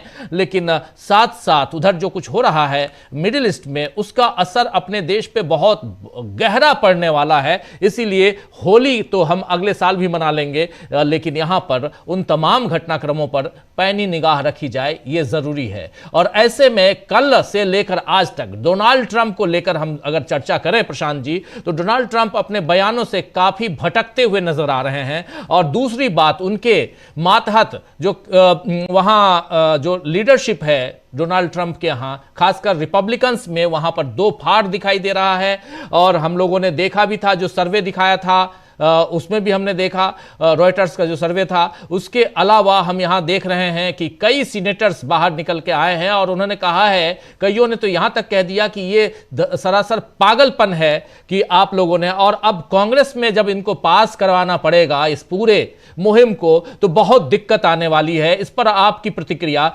अमेरिका के लिहाज से कैसे, और डोनाल्ड ट्रंप यहां पर कहां दिखाई देते हैं? प्रशांत जी। जी राजीव जी, देखिए, डीबी लाइव ने और न्यूज़ पॉइंट ने पहले दिन से ये कहा था कि जो मेगा का फैक्टर है वो डोनाल्ड ट्रंप के ऊपर आएगा इस मामले में।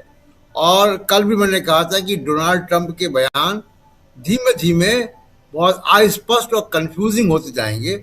आज वो कुछ और बात करेंगे, कल कुछ और बात करेंगे, और वैसा दिखाई होता वो दिख भी रहा है।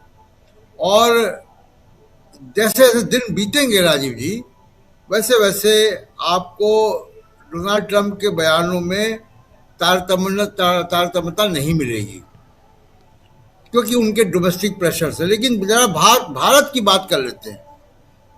भारत की बात करते हैं। अब तक का जो डे 5 है, 5वां दिन है आज युद्ध का, 5 दिन में क्या क्या हुआ है उसका एक मोटा मोटा हम समराइज करते हैं। पहली बात कि भारत के प्रधानमंत्री ने अयतुल्ला खमनेई की मौत पर, ईरान के ऊपर हमलों पर अभी तक कुछ भी बयान नहीं जारी किया है। और वो लगातार हमले के 48 घंटे पहले इजराइल में थे, उन्होंने नेतन्याहू से बात की है। उसके बाद वो लगातार वो बात कर रहे हैं बहरीन में, कतर में, यूएई में, सऊदी में, उनके शेखों से, उनके अमीरों से, उनके राष्ट्रपतियों से बात कर रहे हैं। जरा आप ये बताइए राजीव जी, याद करके, कि हमारे ऑपरेशन सिंदूर में क्या नेतन्याहू का कोई बयान या किसी अरब कंट्री कोई बयान आया था? क्या गालवान वैली पे जो चाइनीज इंट्रूजन हुआ और हमारे 15 सैनिक मारे गए भारत के, तो क्या किसी बहरीन, कतर, यूएई, इनके अमीरों के बयान आए थे? उन्होंने मोदी जी को फोन किया था कि बड़ा बुरा हुआ आपके साथ? क्या हमारे यहाँ पहलगाम में जब लोग मारे गए आतंकवादियों से, तो किसी अमीर का, किसी शेख का फोन आया था मिडिल ईस्ट से कि मोदी जी को कि बहुत बुरा हुआ और हम आतंकवाद की भर्त्सना करते हैं, आलोचना करते हैं, पाकिस्तान को सबक सिखाना चाहिए? नहीं आया था। तो क्या भारत की स्थिति ऐसी हो गई है कि इन देशों से, जिनका अंतर्राष्ट्रीय स्तर पर वजूद सिर्फ इतना है, 2 वजूद हैं इनके, कि एक इनके पास तेल है और दूसरा ये अमेरिका के पिछड़कू है जी, तीसरी उनकी कोई पहचान नहीं है। और भारत की स्थिति, जो गुटनिरपेक्ष देशों का नेता रहा है भारत के अंतर्राष्ट्रीय मंच पे साख रही है, यूएन सिक्योरिटी काउंसिल की सीट के लिए भारत की चर्चा रही हमेशा से, और इस सब के बाद भारत की स्थिति ये हो गई है कि अब भारत उन देशों को फोन करके अपनी रस्मदायगी कर रहा है हमारा प्रधानमंत्री, जिन्होंने हमारी कभी हालचाल नहीं लिया। ये एक तरफा मोहब्बत क्या कहती है? जी, ये एक तरफा मोहब्बत किसी दबाव की बात करती है। ये एक तरफा मोहब्बत ऐसी नहीं होती है। अंतर्राष्ट्रीय जो कूटनीति होती है उसमें गिव एंड टेक होता है, जी, राष्ट्रीय हित होता है। आप मेरे कितने काम आते हैं उतना ही मैं काम आऊंगा। आप मेरे 4 आने काम किए हैं तो मैं आपके 4 आने ही दूंगा। बिल्कुल एकदम पॉइंट टू पॉइंट बात होती है। जी, बिल्कुल। मुझे बड़ा आश्चर्य हो रहा है जब रोज मोदी साहब के ट्वीट देख रहा हूँ कि spoke to my brother in Qatar, spoke to my brother in. तो ये जो ब्रदर्स हैं यूएई के, कतर के, ये तब कहाँ थे जब भारत के ऊपर हमले हो रहे थे? और आप देखिए कि एक अमेरिकन सबमरीन ने ईरान के एक फ्रिगेट देना को पे हमला किया, जी, और वो इंडियन ओशन पे किया, श्रीलंका के जल सीमा के आसपास किया है। जी, और वो भारत के इनविटेशन पे आया हुआ था। तो ये स्थिति भारत की हो गई है। और थोड़ा जो मैं रोज अपडेट देता हूँ उस पर एक बार और मैं अपडेट दे दूँ कि रुपया 92 रुपये पे है। जी, स्टॉक मार्केट होली के बावजूद आज खुला था और 1122 पॉइंट नीचे गिरा है। 80,000 पॉइंट के साइकोलॉजिकल मार्क से नीचे आ गया है। क्रूड ऑयल के बारे में ये कहा जा रहा है कि $120 भी पार करेगा अगर युद्ध रुकता नहीं है तो। हरमोज जल डमरू पे ईरान ने ब्लॉक किया हुआ है। चीन और रूस के जहाजों को कंसेशन है, वो निकल रहे हैं क्योंकि उन्होंने ईरान का साथ दिया। भारत के शिप्स को अलाउड नहीं है निकलना वहां से। 10,000 करोड़ रुपए की लागत के, कीमत के, वैल्यू के हमारा शिपिंग एसेट जो है वो फंसा हुआ है वहां पे। भारत का ऑयल टैंकर्स जो भारत के लिए तेल लेकर आ रहे थे या भारत के हैं, और वो कितने असुरक्षित हैं, एक्सपोज हैं किसी भी हमले के प्रति, वॉर जोन के बीच में है वो। तो ये तो स्थिति जी भारत की है। दूसरा कि जो आज 5वें दिन अगर मैं देखूं कि जो ट्रंप के बयान हैं, जो यूरोप के बयान आए, जो युद्ध की तस्वीरें हैं, हम ये मान के चलते हैं राजीव जी कि अमेरिका सबसे बड़ी, सबसे ताकतवर मिलिट्री पावर है दुनिया में।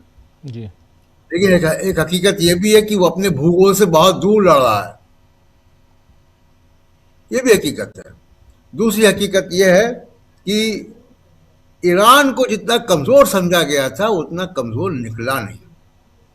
और मैं अमेरिकन कमांडर्स के हवाले से कह रहा हूं कि यूएस एडमिरल ब्रैड कूपर, उन्होंने कहा है कि 500 बैलिस्टिक मिसाइल अब तक ईरान फायर कर चुका है, 2000 ड्रोन। जी, तो 500 बैलिस्टिक मिसाइल अगर ईरान फायर कर चुका है, भले ही सब टारगेट पे गई हो ना गई हो, लेकिन वो ईरान की एक सैन्य क्षमता की गवाही दे रहा है कि वो इतना कमजोर नहीं था जितना समझा गया था। इसीलिए पहले दिन राजीव जी हम लोगों ने यहाँ कहा था कि ईरान वेनेजुएला नहीं है। रेजिम चेंज वहाँ बाहर से नहीं हो सकता। रजा पहलवी पैराशूट से तेहरान में नहीं उतर सकते।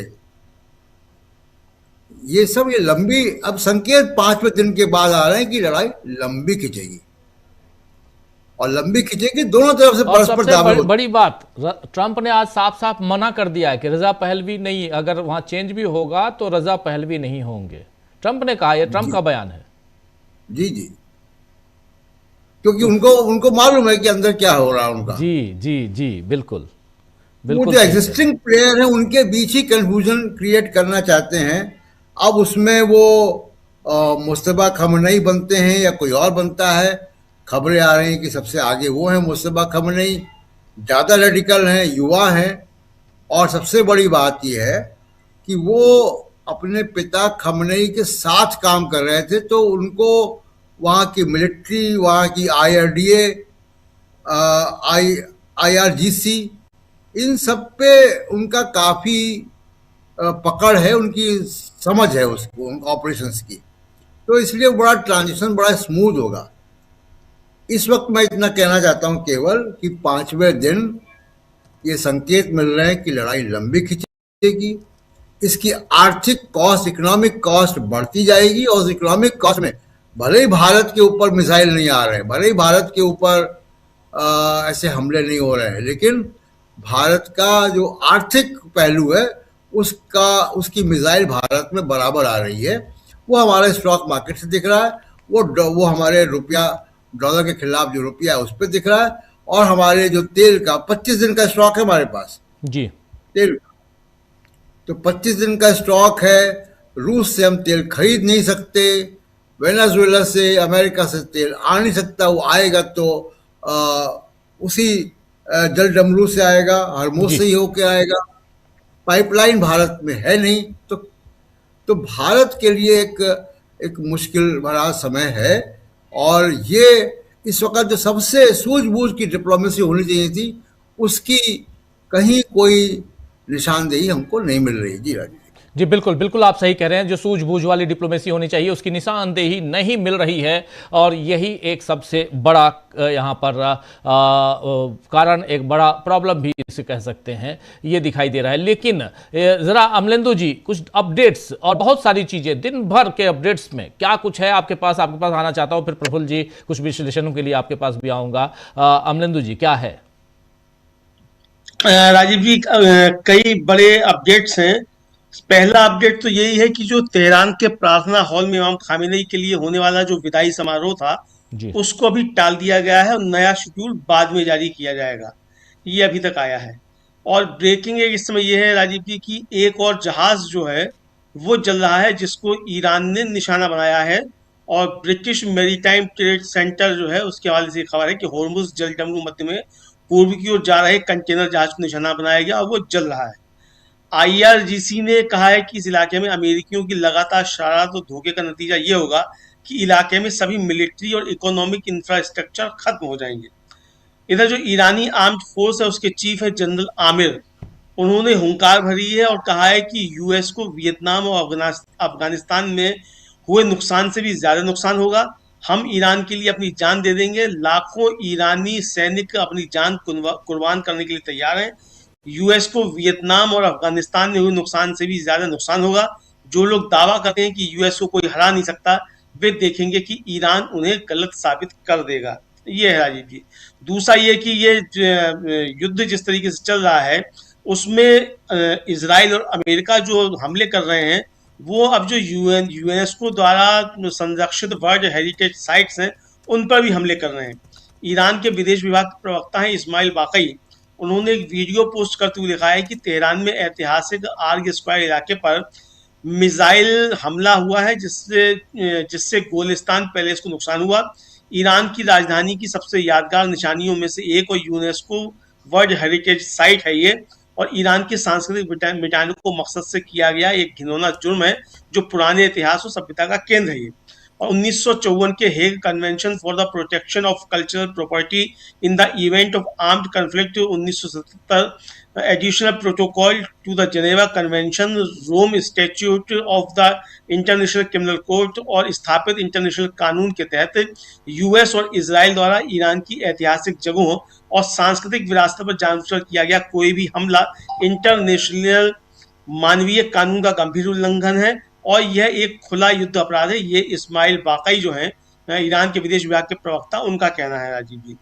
और एक और स्कूल जो है वो पूरी तरीके से ईरान में तबाह हो गया है, जिस पर इजराइल ने हमला किया, वो उर्मिया जो है वहाँ का है।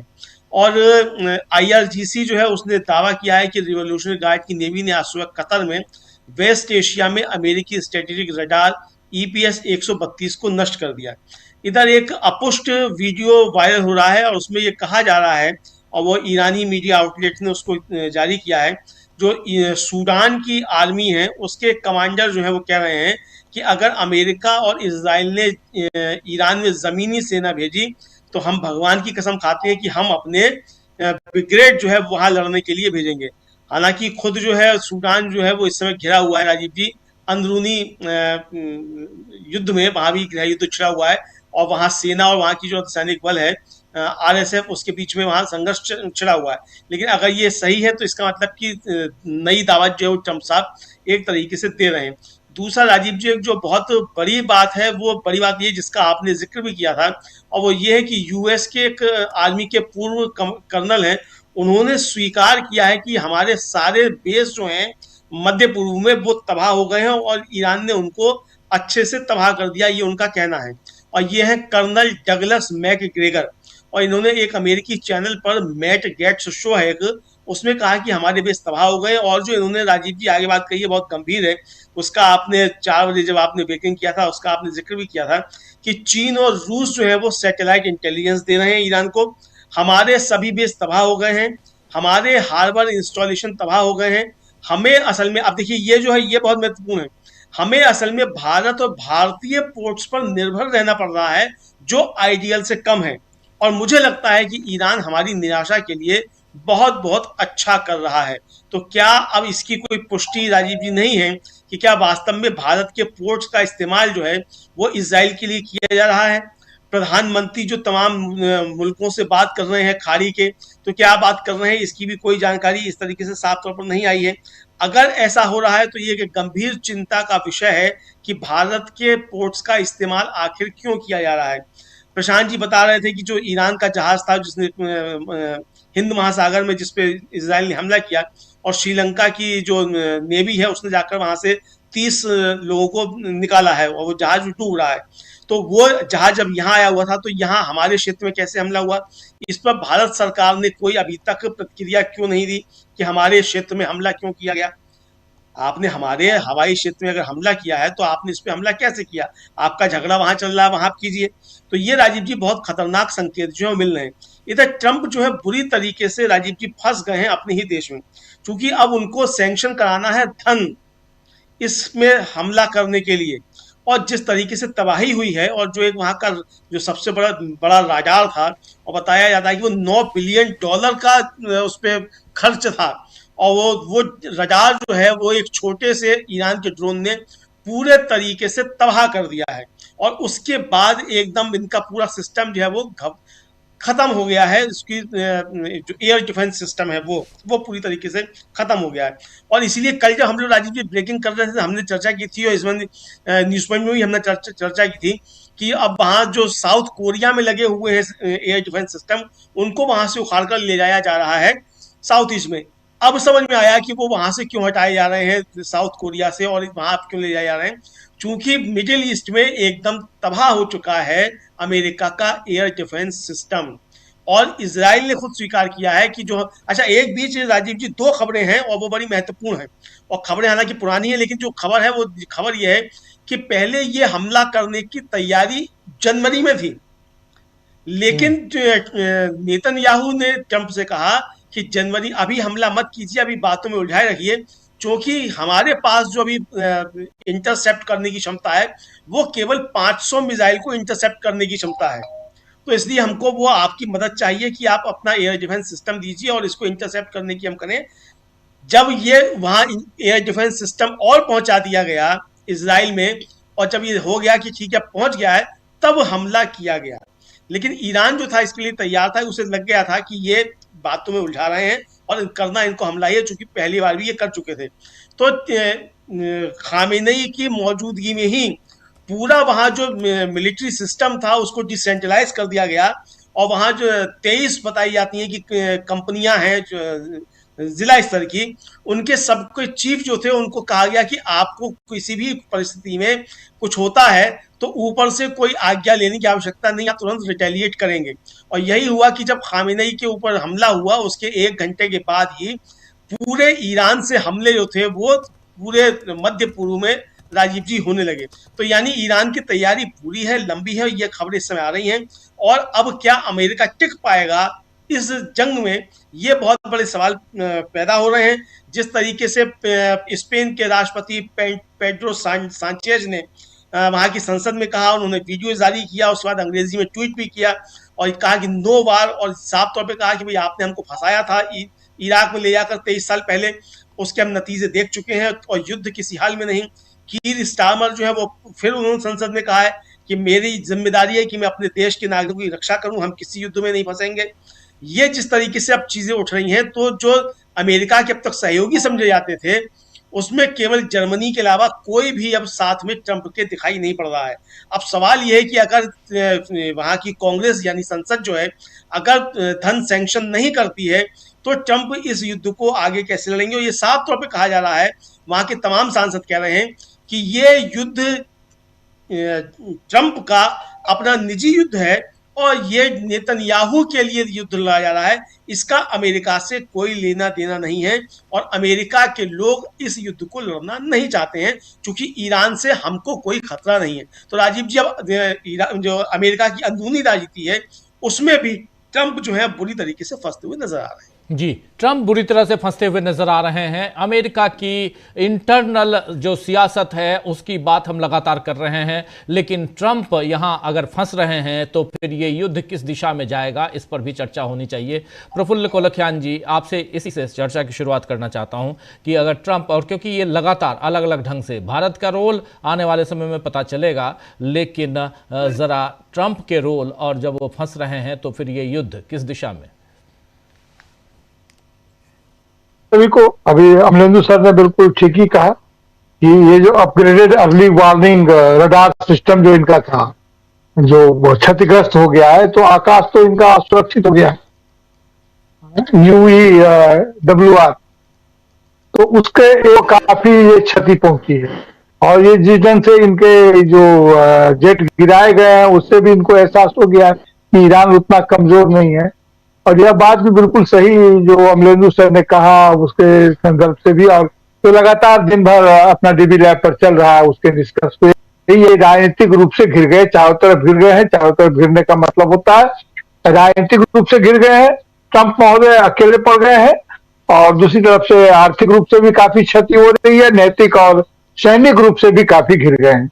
ये मुहावरा में अभी कह रहे हैं कि जमीन पर सेना उतारेंगे आदि आदि। अमेरिका में जब 2-4-10 लाख को भी बर्दाश्त करने की क्षमता नहीं है, तो जमीन पर जो सेना उतरेगी वो सेना क्या होगी नहीं होगी, इनको पुराने इराक के समय की शांति सेना की याद आ रही होगी, जो कि इस समय में कोई संयुक्त शांति सेना तो है नहीं, और सैनिक अगर उतारना है तो इन लोगों को ही उतारनी होगी।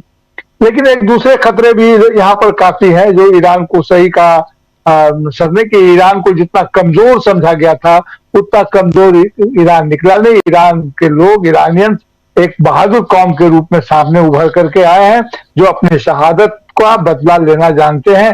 वो इंतकाम भी है, लेकिन इसको सीधे इंतकाम से न कहकर मैं इसे उनके अपने अस्तित्व के लिए संघर्ष भी कहना चाहूंगा, क्योंकि वहां जो रेजिस्टेंस का जो मामला था वे निश्चित रूप से चाह रहे थे कि ईरानियन को उसी तरह से कठपुतली अपना बना लिया जाए, अपना पोसुआ बना लिया जाए, जिस तरह का पोसुआ उन्होंने वहां के तमाम छोटे छोटे देशों को बना करके रखा है। इनका मकसद सिर्फ ये है कि तेल पर पूरा का पूरा कब्जा करना और मिडिल ईस्ट में एक ऐसे गुंडे को खड़ा करना, एक क्षमा कीजिएगा इस शब्द के लिए, लेकिन ऐसे गुंडे को इजराइल के रूप में खड़ा करना जो पूरे एशिया को अमेरिका के हिसाब से नियंत्रित करे। और भारत सरकार उसमें, भारत ने अपने पूरे के पूरे विदेश नीति को बदलते हुए जिस प्रकार अमेरिका और इजराइल के साथ खड़ा हो गया, इसका बेहद दुखद परिणाम भारत के लोगों को भोगना पड़ेगा। तो हमारे हजारों साल के जो हमारे संबंध थे वे खतरे में पड़े हैं। अभी उनकी टिप्पणी में सुन रहा था, बहुत सजीव टिप्पणी थी जो हमारे चैनल पर आए थे ईरान से। उन्होंने भारत से होने वाली प्रतिक्रियाओं के बारे में जो बात कही वह बात काफी महत्वपूर्ण थी, बहुत सजीव बात उन्होंने कही। अब देखिए कि मामला क्या है कि ये फेल कहाँ कर रहे हैं। ये रिजिम चेंज एक कीवर्ड लेकर के ये चला था। अभी ये जो काम कर रहे हैं स्ट्रेटेजिक एम्बिग्यूटी पर काम कर रहे हैं। स्ट्रेटेजिक एम्बिग्यूटी क्योंकि कहते कुछ है, करते कुछ है, दिखाते कुछ है, अब उसकी पोल खुल चुकी है। स्ट्रेटेजिक एम्बिग्यूटी इनकी कमजोरी साबित हुई, इनकी ताकत साबित नहीं हुई। तो ये रिजिम चेंज से शुरू होकर के मिसकैलकुलेशन पर आया कि मिसकैलकुलेशन हो रहा है, और अब ये मिसकैलकुलेशन से भी आगे बढ़ रहे हैं, क्योंकि लेखा जोखा था है, अल्ले का बुलका है, इनको पता चल रहा है, हिसाब किताब तो सब ठीक था, लेकिन कैसे ये डूब रहे हैं। तो ये चारों तरफ से घिर गए हैं। अब इसका नतीजा क्या होगा? इसका नतीजा ये है कि ईरान में जो कोशिश की थी उपद्रव को राजनीतिक उपचार के रूप में पेश करने की अमेरिका ने कोशिश की थी, और आभार जाता है एलन मस्क को, जिन्होंने अपने स्टारलिंक के माध्यम से ईरान में इस तरह की कार्रवाइयां कराने की कोशिश की। उपद्रव को राजनीतिक उपचार के रूप में पेश किया गया, और अमेरिका का वह खेल भी अब समाप्त हो चुका है। और जो चाहते थे, वहां के कुछ लोग थे जो इस प्रकार के शासन के खिलाफ भी थे, ये लोग भी अब अपने इस शहीद नेता के साथ जाकर के खड़े हो गए हैं। तो अमेरिका की वह स्थिति तो है नहीं। भारत के अगर पोर्ट का इस्तेमाल हो रहा है, जैसा कि अमलेंदु सर ने इशारा कहा, और सही कहा होगा, उनके सूत्र बड़े पक्के होते हैं, तो यह बहुत बेहद चिंताजनक बात है। क्योंकि मुझे तो लगता है कि भारत के साथ जो उनका सैन्य अभ्यास का एग्रीमेंट है, उसका इस्तेमाल किसी भी एक्सटेंशन तक जाकर हो सकता है, भारत की जमीन का भी इस्तेमाल हो सकता है। लेकिन जिस दिन से ये बात सामने आई है कि अपने जमीन पर सेना को उतारेंगे, उस दिन से मुझे यह भी लगा है कि ऐसे लोगों की, चाहे जिस रूप में वो लेबर फोर्स के रूप में जाए या जैसे भी जाए, हमारे यहाँ जो ट्रेंड मिलिट्री नौजवान हैं, इनकी बड़ी संख्या है, कहीं उनको न रवाना कर दिया जाए किसी और तरह की धारणा को लेकर के। तो एक तो ये कि भारत जन, धन और जमीन तीनों भारत के इस दांव पर लगा हुआ है, और भारत अब इस युद्ध में नेटो के कंट्री की तरह व्यवहार कर रहा है। हालांकि नेटो कंट्री अपनी स्वतंत्रता के लिए छटपटा रहे हैं, अपनी स्वतंत्र नीति के लिए छटपटा रहे हैं। अब इसके पीछे का जो भी रहस्य होगा वो सामने आएगा। जी सर। जी बिल्कुल बिल्कुल। प्रशांत जी, एक बार आप फिर आपके पास, और अमेरिका की बात हो रही है। अच्छा, जुड़ गए हैं हमारे साथ सुनील शुक्ला जी भी। प्रशांत जी कहाँ गायब हो गए? जरा प्रशांत जी को ले आइए। हाँ, सुनील शुक्ला जी भी हैं। प्रशांत जी पहले आपके पास, फिर सुनील जी आपके पास आता हूँ। सुनील जी, आपका स्वागत कर रहा हूँ एक बार फिर। और प्रशांत जी ज़रा ये बताइए कि अमेरिका और ये भारत के बारे में जो ये अभी जो अमलेंदु जी बता रहे थे, वो बड़ा इम्पॉर्टेंट है। ये क्या सचमुच भारत अपनी टेरिटरी, चाहे वो समुद्री टेरिटरी क्यों ना हो, क्या आपको लगता है कि वो इस्तेमाल करने दे रहा है, और इसकी जानकारी हमारे आपके जैसे लोगों को नहीं है, अमेरिका से पता चल रहा है? दो बातें बहुत गंभीर है राजीव जी। एक, जो ईरानियन फ्रिगेट देना, उसको टॉर्पीडो किया यूएस नेवी ने, और वो भारत से लौट रहा था, भारत की जल सीमा से लौट रहा था। तो ये हिंद महासागर में भारत की क्रेडिबिलिटी के ऊपर बड़ा धक्का है, और वो सिंक हो रहा है, वो डूब रहा है। दूसरा कि जो आपने दिन में भी बताया था कि जो पेंटागन के फॉर्मर एडवाइजर हैं मैकग्रेगर, उन्होंने कहा कि वो भारतीय पोर्ट को इस्तेमाल कर रहा है अमेरिका।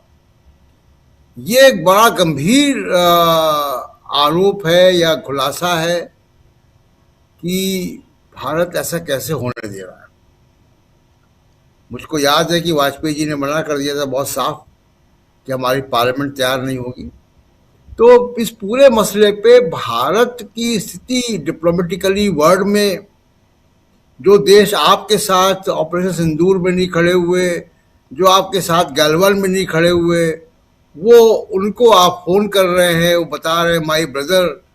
तो वो माई ब्रदर तब कहाँ थे?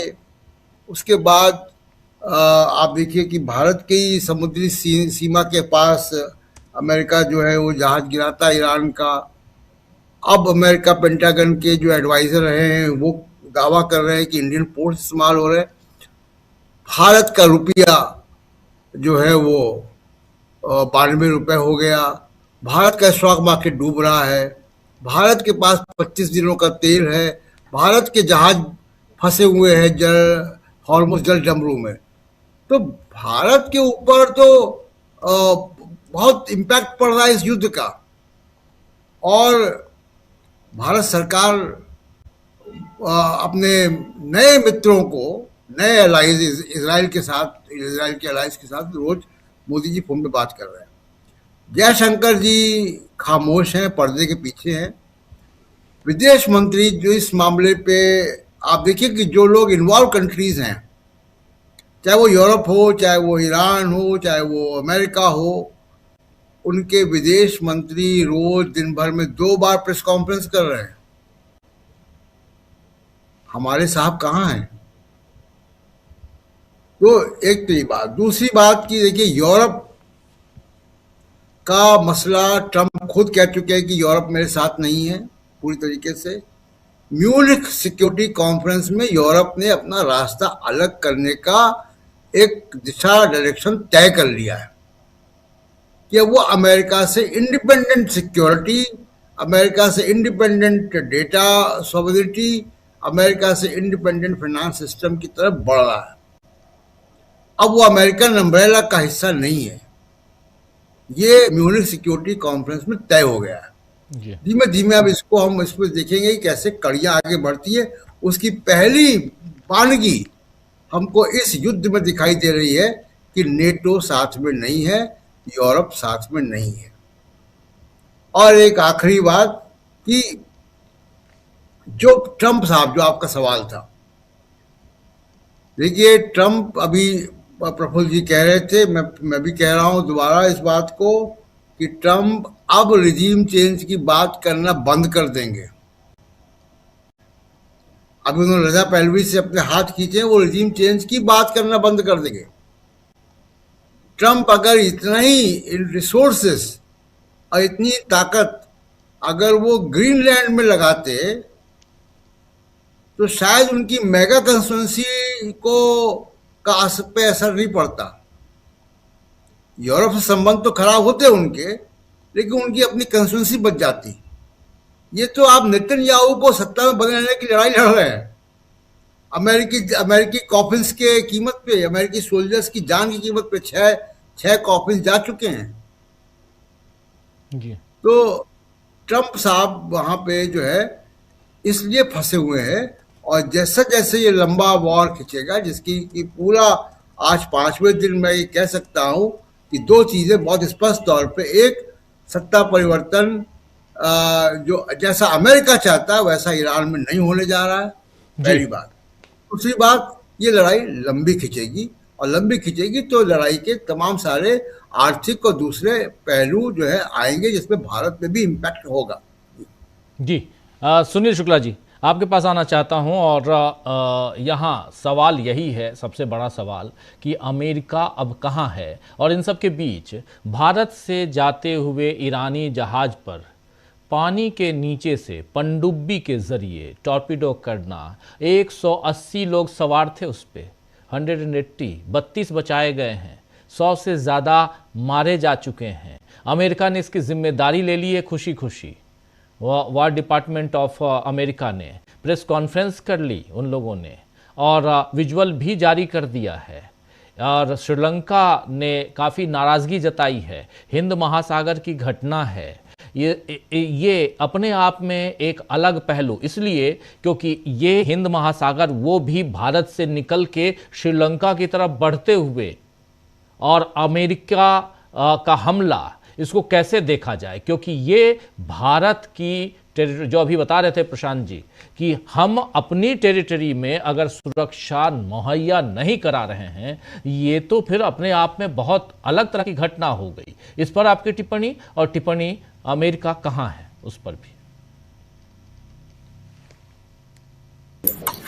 धन्यवाद राजीव जी। नहीं, ये जो ईरान के युद्धपोत के साथ जो घटना हुई है, जो कोई ऐसा नहीं था कि कहीं से लौट रहा था, वह भारत में जो युद्धाभ्यास था, संयुक्त युद्धाभ्यास, उसमें शामिल था। उसके बाद वो लौट रहा था, किसी सैनिक कार्रवाई पे नहीं था वो।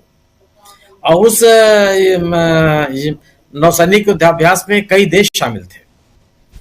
और जिस 25 फरवरी को या 23 फरवरी को यह युद्धाभ्यास नौसेना का खत्म हुआ है, उसके दूसरे ही दिन संभवतः प्रधानमंत्री जी इजराइल गए। और इसमें जो कई देश शामिल थे इस अभ्यास में, तो निश्चित रूप से ये बिना किसी सैनिक कार्रवाई में शामिल युद्धपोत को हिंद महासागर में टारगेट करना, यह डिप्लोमेटिकली बहुत नुकसानदायक है, आपकी छवि को बहुत खराब करता है और आपकी विश्वसनीयता कम होती है। आप जो समर्थक देश हैं, आपके सहयोगी देश हैं, जो उस युद्धाभ्यास में शामिल देश हैं, वो सबके मन में एक तरह का विश्वास पैदा होगा और इसी डेफिसिट को रोकने के लिए श्रीलंका ने बहुत गंभीरता से आपत्ति दर्ज की है, क्योंकि श्रीलंका भी उसमें शामिल था इस युद्धाभ्यास में। आंध्र प्रदेश के आसपास, साथ विशाखापट्टनम के आसपास कहीं युद्धाभ्यास कई दिनों तक चला था। तो ये निश्चित रूप से दुनिया के पैमाने पर भारत की छवि को इस घटना ने उस पर असर डाला है। इसकी भरपाई कैसे करेगी भारत सरकार? भारत सरकार भी अभी तक चुप है, इसने कुछ कहा ही नहीं, तो पूरे युद्ध पर कुछ नहीं बोल रही है। इस घटना पर जो कि सीधे सीधे भारत से जुड़ा हुआ है, उस पर भी वो कुछ नहीं बोल रही है। जहां तक सवाल इसका है, जो अमेरिका और ईरान के लगातार संघर्षों का, तो निश्चित रूप से अमेरिका घिर गया है। जो बात कही जा रही है कि अमेरिका अपने सैनिक उतारेगा वहां, तो सैनिक उतार देने से कोई उसकी ताकत बढ़ जाएगी या कुछ बहुत महत्वपूर्ण हासिल कर लेगा, ऐसा मुझे नहीं लगता। बल्कि सैनिक उतार देने पर वह और बुरी तरह से घिरेगा, क्योंकि जमीन पर लड़ाई करने की स्थिति ईरान में रह नहीं जाएगी अमेरिका की। अमेरिका एक ऐसा ईरान इस समय एक ऐसा कोई देश नहीं है जो पूरी तरह से कोई समर्पण की स्थिति में हो या युद्ध न करने की स्थिति में हो, अपने आप को बर्बाद महसूस कर रहा हो और वो मुकाबला करने के हालात में ना हो। वो स्थिति नहीं है।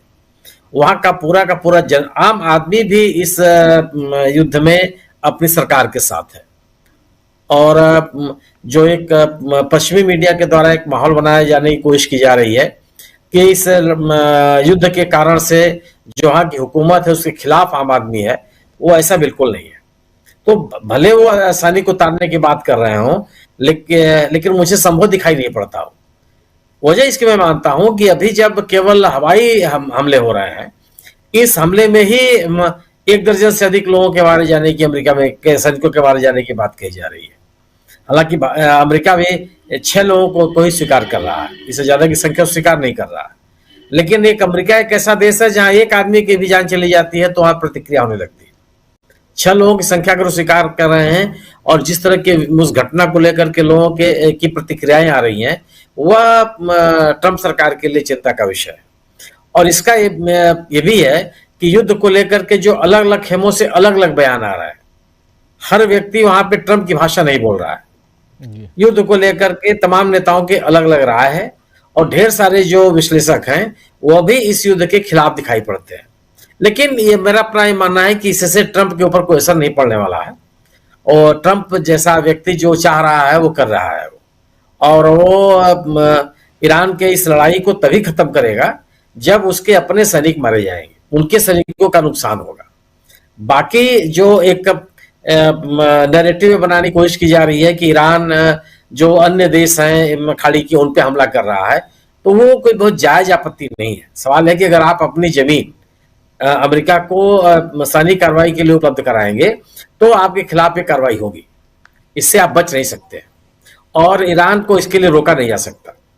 अगर कतर से अमेरिका के जहाज उड़ रहे हैं, बहरीन से अमेरिका के मिसाइल छोड़े जा रहे हैं, यूएई अपनी जमीन दिए हुए है अमेरिका को अपने सैनिक कार्रवाई के लिए, तो क्यों नहीं ईरान हमला करेगा? ईरान अगर इन देशों में नागरिक ठिकानों पे हमला कर रहा हो तब भी आप बात कर सकते हैं, लेकिन उसने तो केवल सैनिक ठिकानों पे हमले किए हैं और जो उसका अधिकार बनता है। एक बड़ी चिंता का विषय भारत सरकार के लिए होना चाहिए चीन का बढ़ता हुआ प्रभाव। अगर मध्य पूर्व के देशों में चीन ने जो भूमिका भी अदा की और ईरान में उसकी दखलंदाजी बढ़ी है, उसकी उपस्थिति बढ़ी है, चीन के साथ ईरान ने अपनी निकटता भी प्रदर्शित की है। यह कहा जा रहा है कि जलडमरू मध्य जो है उसका उपयोग करने की इजाजत उसने दी है चीन को, और रसिया के बारे में भी कहा गया, तो रसिया कितना उपयोग करेगा, वो कहाँ से तेल लेगा, तेल तो उसके पास खुद ही बहुत ज्यादा है, लेकिन कम से कम एक संदेश देने के लिए तो है ही है। तो चीन का अगर के लिए एक जगह भारत देता चला जाएगा तो वो उसके पक्ष में नहीं है, उसके हितों के बहुत ही प्रतिकूल है। यह एक चिंता का विषय होना चाहिए, क्योंकि ईरान के साथ भारत के परंपरागत संबंध रहे हैं।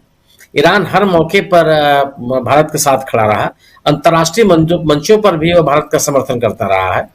ऐसे ईरान के साथ भारत की इस तरह की चुप्पी, उनके सर्वोच्च धार्मिक नेता भी आप कह लीजिए, सर्वोच्च नेता भी कह लीजिए, उनकी हत्या के बाद कोई प्रतिक्रिया न देना, युद्ध को लेकर के पूरी तरह से मौन रहना, ये बात जो बयान जारी किया गया ये कि हम हर समस्या का समाधान डायलॉग से और डिप्लोमेसी से चाहते हैं, लेकिन अगर डायलॉग और डिप्लोमेसी नहीं हो रही है तब आप क्या चाहते हैं? तब आपकी भूमिका क्या होती है? आप जो चाह रहे हैं वो नहीं हो रहा है तो क्या उसके बाद आपकी भूमिका समाप्त हो जाएगी? ऐसा तो नहीं होता।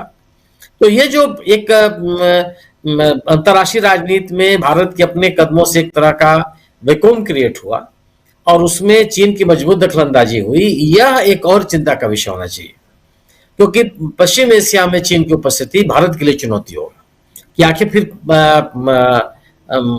भारत किधर जाएगा। अगर चीन की उपस्थिति नहीं होती है और पूरा का पूरा अमेरिका का कब्जा हो जाता है, जो जिसका लक्ष्य रखे हुए है ट्रंप, तब आपकी स्थिति क्या होगी? आप अपने ऊर्जा संबंधी जरूरतों के लिए आप कहां जाएंगे? जी, या तो आप डिक्टेट होंगे अमेरिका के शर्तों के साथ, क्योंकि पूरा का पूरा पश्चिम एशिया या खाड़ी के देश पिछलग्गू हैं अमेरिका के, किसी की ताकत नहीं है जो वहां अमेरिका के खिलाफ या इजराइल के खिलाफ कोई बात कर ले। ईरान एक ऐसा देश है जो अपने स्वर में अपनी सोच के अनुसार बोलता रहा है, लेकिन और यही एक कारण है जिसको इजराइल और अमेरिका स्वीकार नहीं कर पा रहा है। तो मेरा अपना मानना है कि युद्ध जिस दौर में पहुंच गया है, इसमें ट्रंप के लिए कोई यह स्थिति नहीं है कि वो जो चाहे वो कर ले, जैसे चाहे वो कर ले, या जो चाह रहे हैं वो उसको हासिल होता चला जा रहा है। अमेरिका को भी नुकसान उठाना पड़ रहा है, अब तेल अवीव में भी लोग दहशत में जी रहे हैं, नुकसान भी उनका हुआ है। ठीक है, जितना ईरान का नुकसान हुआ है उतना नुकसान उनका नहीं हुआ है, लेकिन वो पूरी तरह से सुरक्षित है या काफी हद तक सुरक्षित है ऐसा भी नहीं है। उनके सैन्य अड्डे, उनके नागरिक ठिकाने ईरान के निशाने पर, और ईरान ने बाकायदे उस पर सफलतापूर्वक निशाने साधे भी हैं। और यह कि लंबा चल जाएगा तो ईरान सरेंडर कर देगा या वापस चला जाएगा, ये संभव दिखता नहीं। वो कह रहे हैं कि हमारे पास, और है भी, जो जानकार भी कर रहे हैं कि ईरान के पास कोई मिसाइल्स की कोई कमी नहीं है। अभी तो को कहा जा रहा है कि जिनके जो आधुनिकता मिसाइल है उसका उपयोग करना भी उन्होंने नहीं शुरू किया। और अब अगर इसका कोई संसाधनों की कमी उनके पास हो जाएगी ऐसा लगता नहीं है। और अगर रूस और चीन जैसा कहा जा रहा है कि उनके साथ खड़े हैं, और वो अभी तक तो बयानबाजी दे रहे हैं लेकिन कर रहे हैं, वो अगर उनके साथ खुल करके आ गए, संसाधन भी उन्होंने उपलब्ध करा दिया। हालांकि चीन अभी तक कभी की ये काम किया नहीं है कि किसी के साथ युद्ध में सीधे सीधे शामिल नहीं होता हो, लेकिन अगर वो शामिल होता है तो निश्चित रूप से फिर वो अमेरिका के लिए बहुत भारी होगा। क्योंकि एक इस तथ्य है कि आधुनिक लड़ाई में मेरी अपनी समझ है, जो मैं समझ पाता हूं, उसमें चीन पे भारी, अमेरिका पे भारी है चीन। उसकी जो टेक्नोलॉजी है, उसके जो आधुनिकतम तौर तरीके हैं, उसका एक इंडिपेंडेंट जीपीएस सिस्टम है, इस कारण से, और जो हथियार भी है वह अमेरिका के लिए बड़ी चुनौती बनेगी। तो चीन, लेकिन चीन है, ये जरूर है कि चीन खुला हाथ तो नहीं दे देगा अमेरिका को कि आप पश्चिम एशिया में पूरी तरह से आप काबिज हो जाइए, और जिस तरीके से आपने पिट्ठू देशों को बना रखा है उनको आप उसी तरह से आप ईरान को कर लीजिए। ये लगता तो नहीं है, लेकिन अब कितना हो पाएगा तो समय बताएगा ये। बिल्कुल बिल्कुल आपसे जी, ये स्थिति जरूर है कि ट्रंप अपना कोई ना कोई रास्ता निकालने की कोशिश करेगा। ट्रंप इस लड़ाई को लंबी, जो बात भले वो कह रहा हो कि अब हम 4 हफ्ते लड़ेंगे और 5 हफ्ते लड़ेंगे, मुझे लगता नहीं। वो कोई ना कोई बीच का रास्ता, इसीलिए कहा जा रहा है कि बैकडोर डिप्लोमेसी जो है वो शुरू हुई है, इस तरह के बयान भी आने लगे हैं। जी देखते हैं बैकडोर डिप्लोमेसी कहां तक सक्सेसफुल होती है, और उसमें भी डोनाल्ड ट्रंप इसके बाद क्या रुख अपनाते हैं। इस बीच अमेरिका ने जिम्मेदारी ले ली है हिंद महासागर में ईरान के युद्धपोत को जो मार गिराया है, उसमें 180 सवार थे। 32 सवारों को जो तैर रहे थे हिंद महासागर में उस टॉर्पीडो के बाद, जिसे अमेरिकी पनडुब्बी ने उसको किया था, उसमें 32 को बचाया है श्रीलंका ने। श्रीलंका ने कहा है कि हम इसका बदला लेंगे। भारत के लिए ये शर्मनाक है क्योंकि भारत से ये जहाज़ जा रहा था और भारत सुरक्षा नहीं दे पाया। लेकिन भारत यहाँ बिल्कुल एक मुखदर्शक के रूप में अगर है इस पूरे मामले में, और बात वहीं कर रहा है जहाँ पर इसे बात नहीं करनी चाहिए, तो इसका मतलब है कि कहीं ना कहीं आप किसी गिरफ्त में हैं। आज तारीख है 4 और ठीक 5वें दिन यानी सोमवार को संसद का बजट सत्र का दूसरा पार्ट शुरू होगा, सेकंड चरण उसका फेज़ शुरू होगा और बहुत सारे सवालों का जवाब नरेंद्र मोदी को देना होगा उसमें, जिसमें एक ये भी है। लोग ये भी कह रहे हैं यहाँ से लेकर अमेरिका तक, ईरान तक, कि एप्स्टीन फाइल्स, कल भी कह रहे थे हम लोग, हम प्रशांत जी भी कह रहे थे, एप्स्टीन फाइल्स को उससे ध्यान हटाने के लिए आनन फानन में एक युद्ध इस दुनिया में थोप दिया गया है और उसका मोहरा जो है वो ईरान बना है। कहाँ तक सच्चाई है ये आप सोचिएगा। लेकिन आज होली का दिन है, आप सबको ढेरों होली की शुभकामनाएं, ढेर सारी शुभकामनाएं, बहुत बहुत शुभकामनाएं।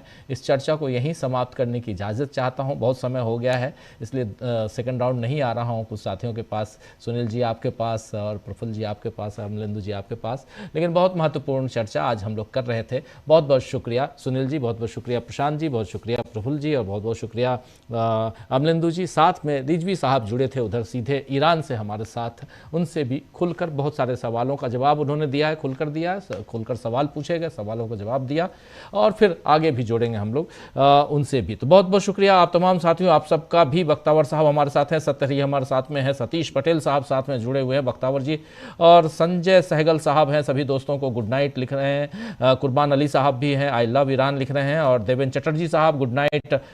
गुरफान खान साहब आपको नमस्कार, आपको भी करता हूँ बख्तावर जी, और ऐसे तमाम साथियों, जॉकी, तमाम साथियों। अब इस चर्चा को यहीं समाप्त करने की, लाइक करें, चैनल को सब्सक्राइब करें और ऐसे डेली अपडेट्स के लिए बने रहें हमारे यूट्यूब चैनल पर। खबरों से जुड़े रहने के लिए हमारे चैनल को सब्सक्राइब करें। धन्यवाद।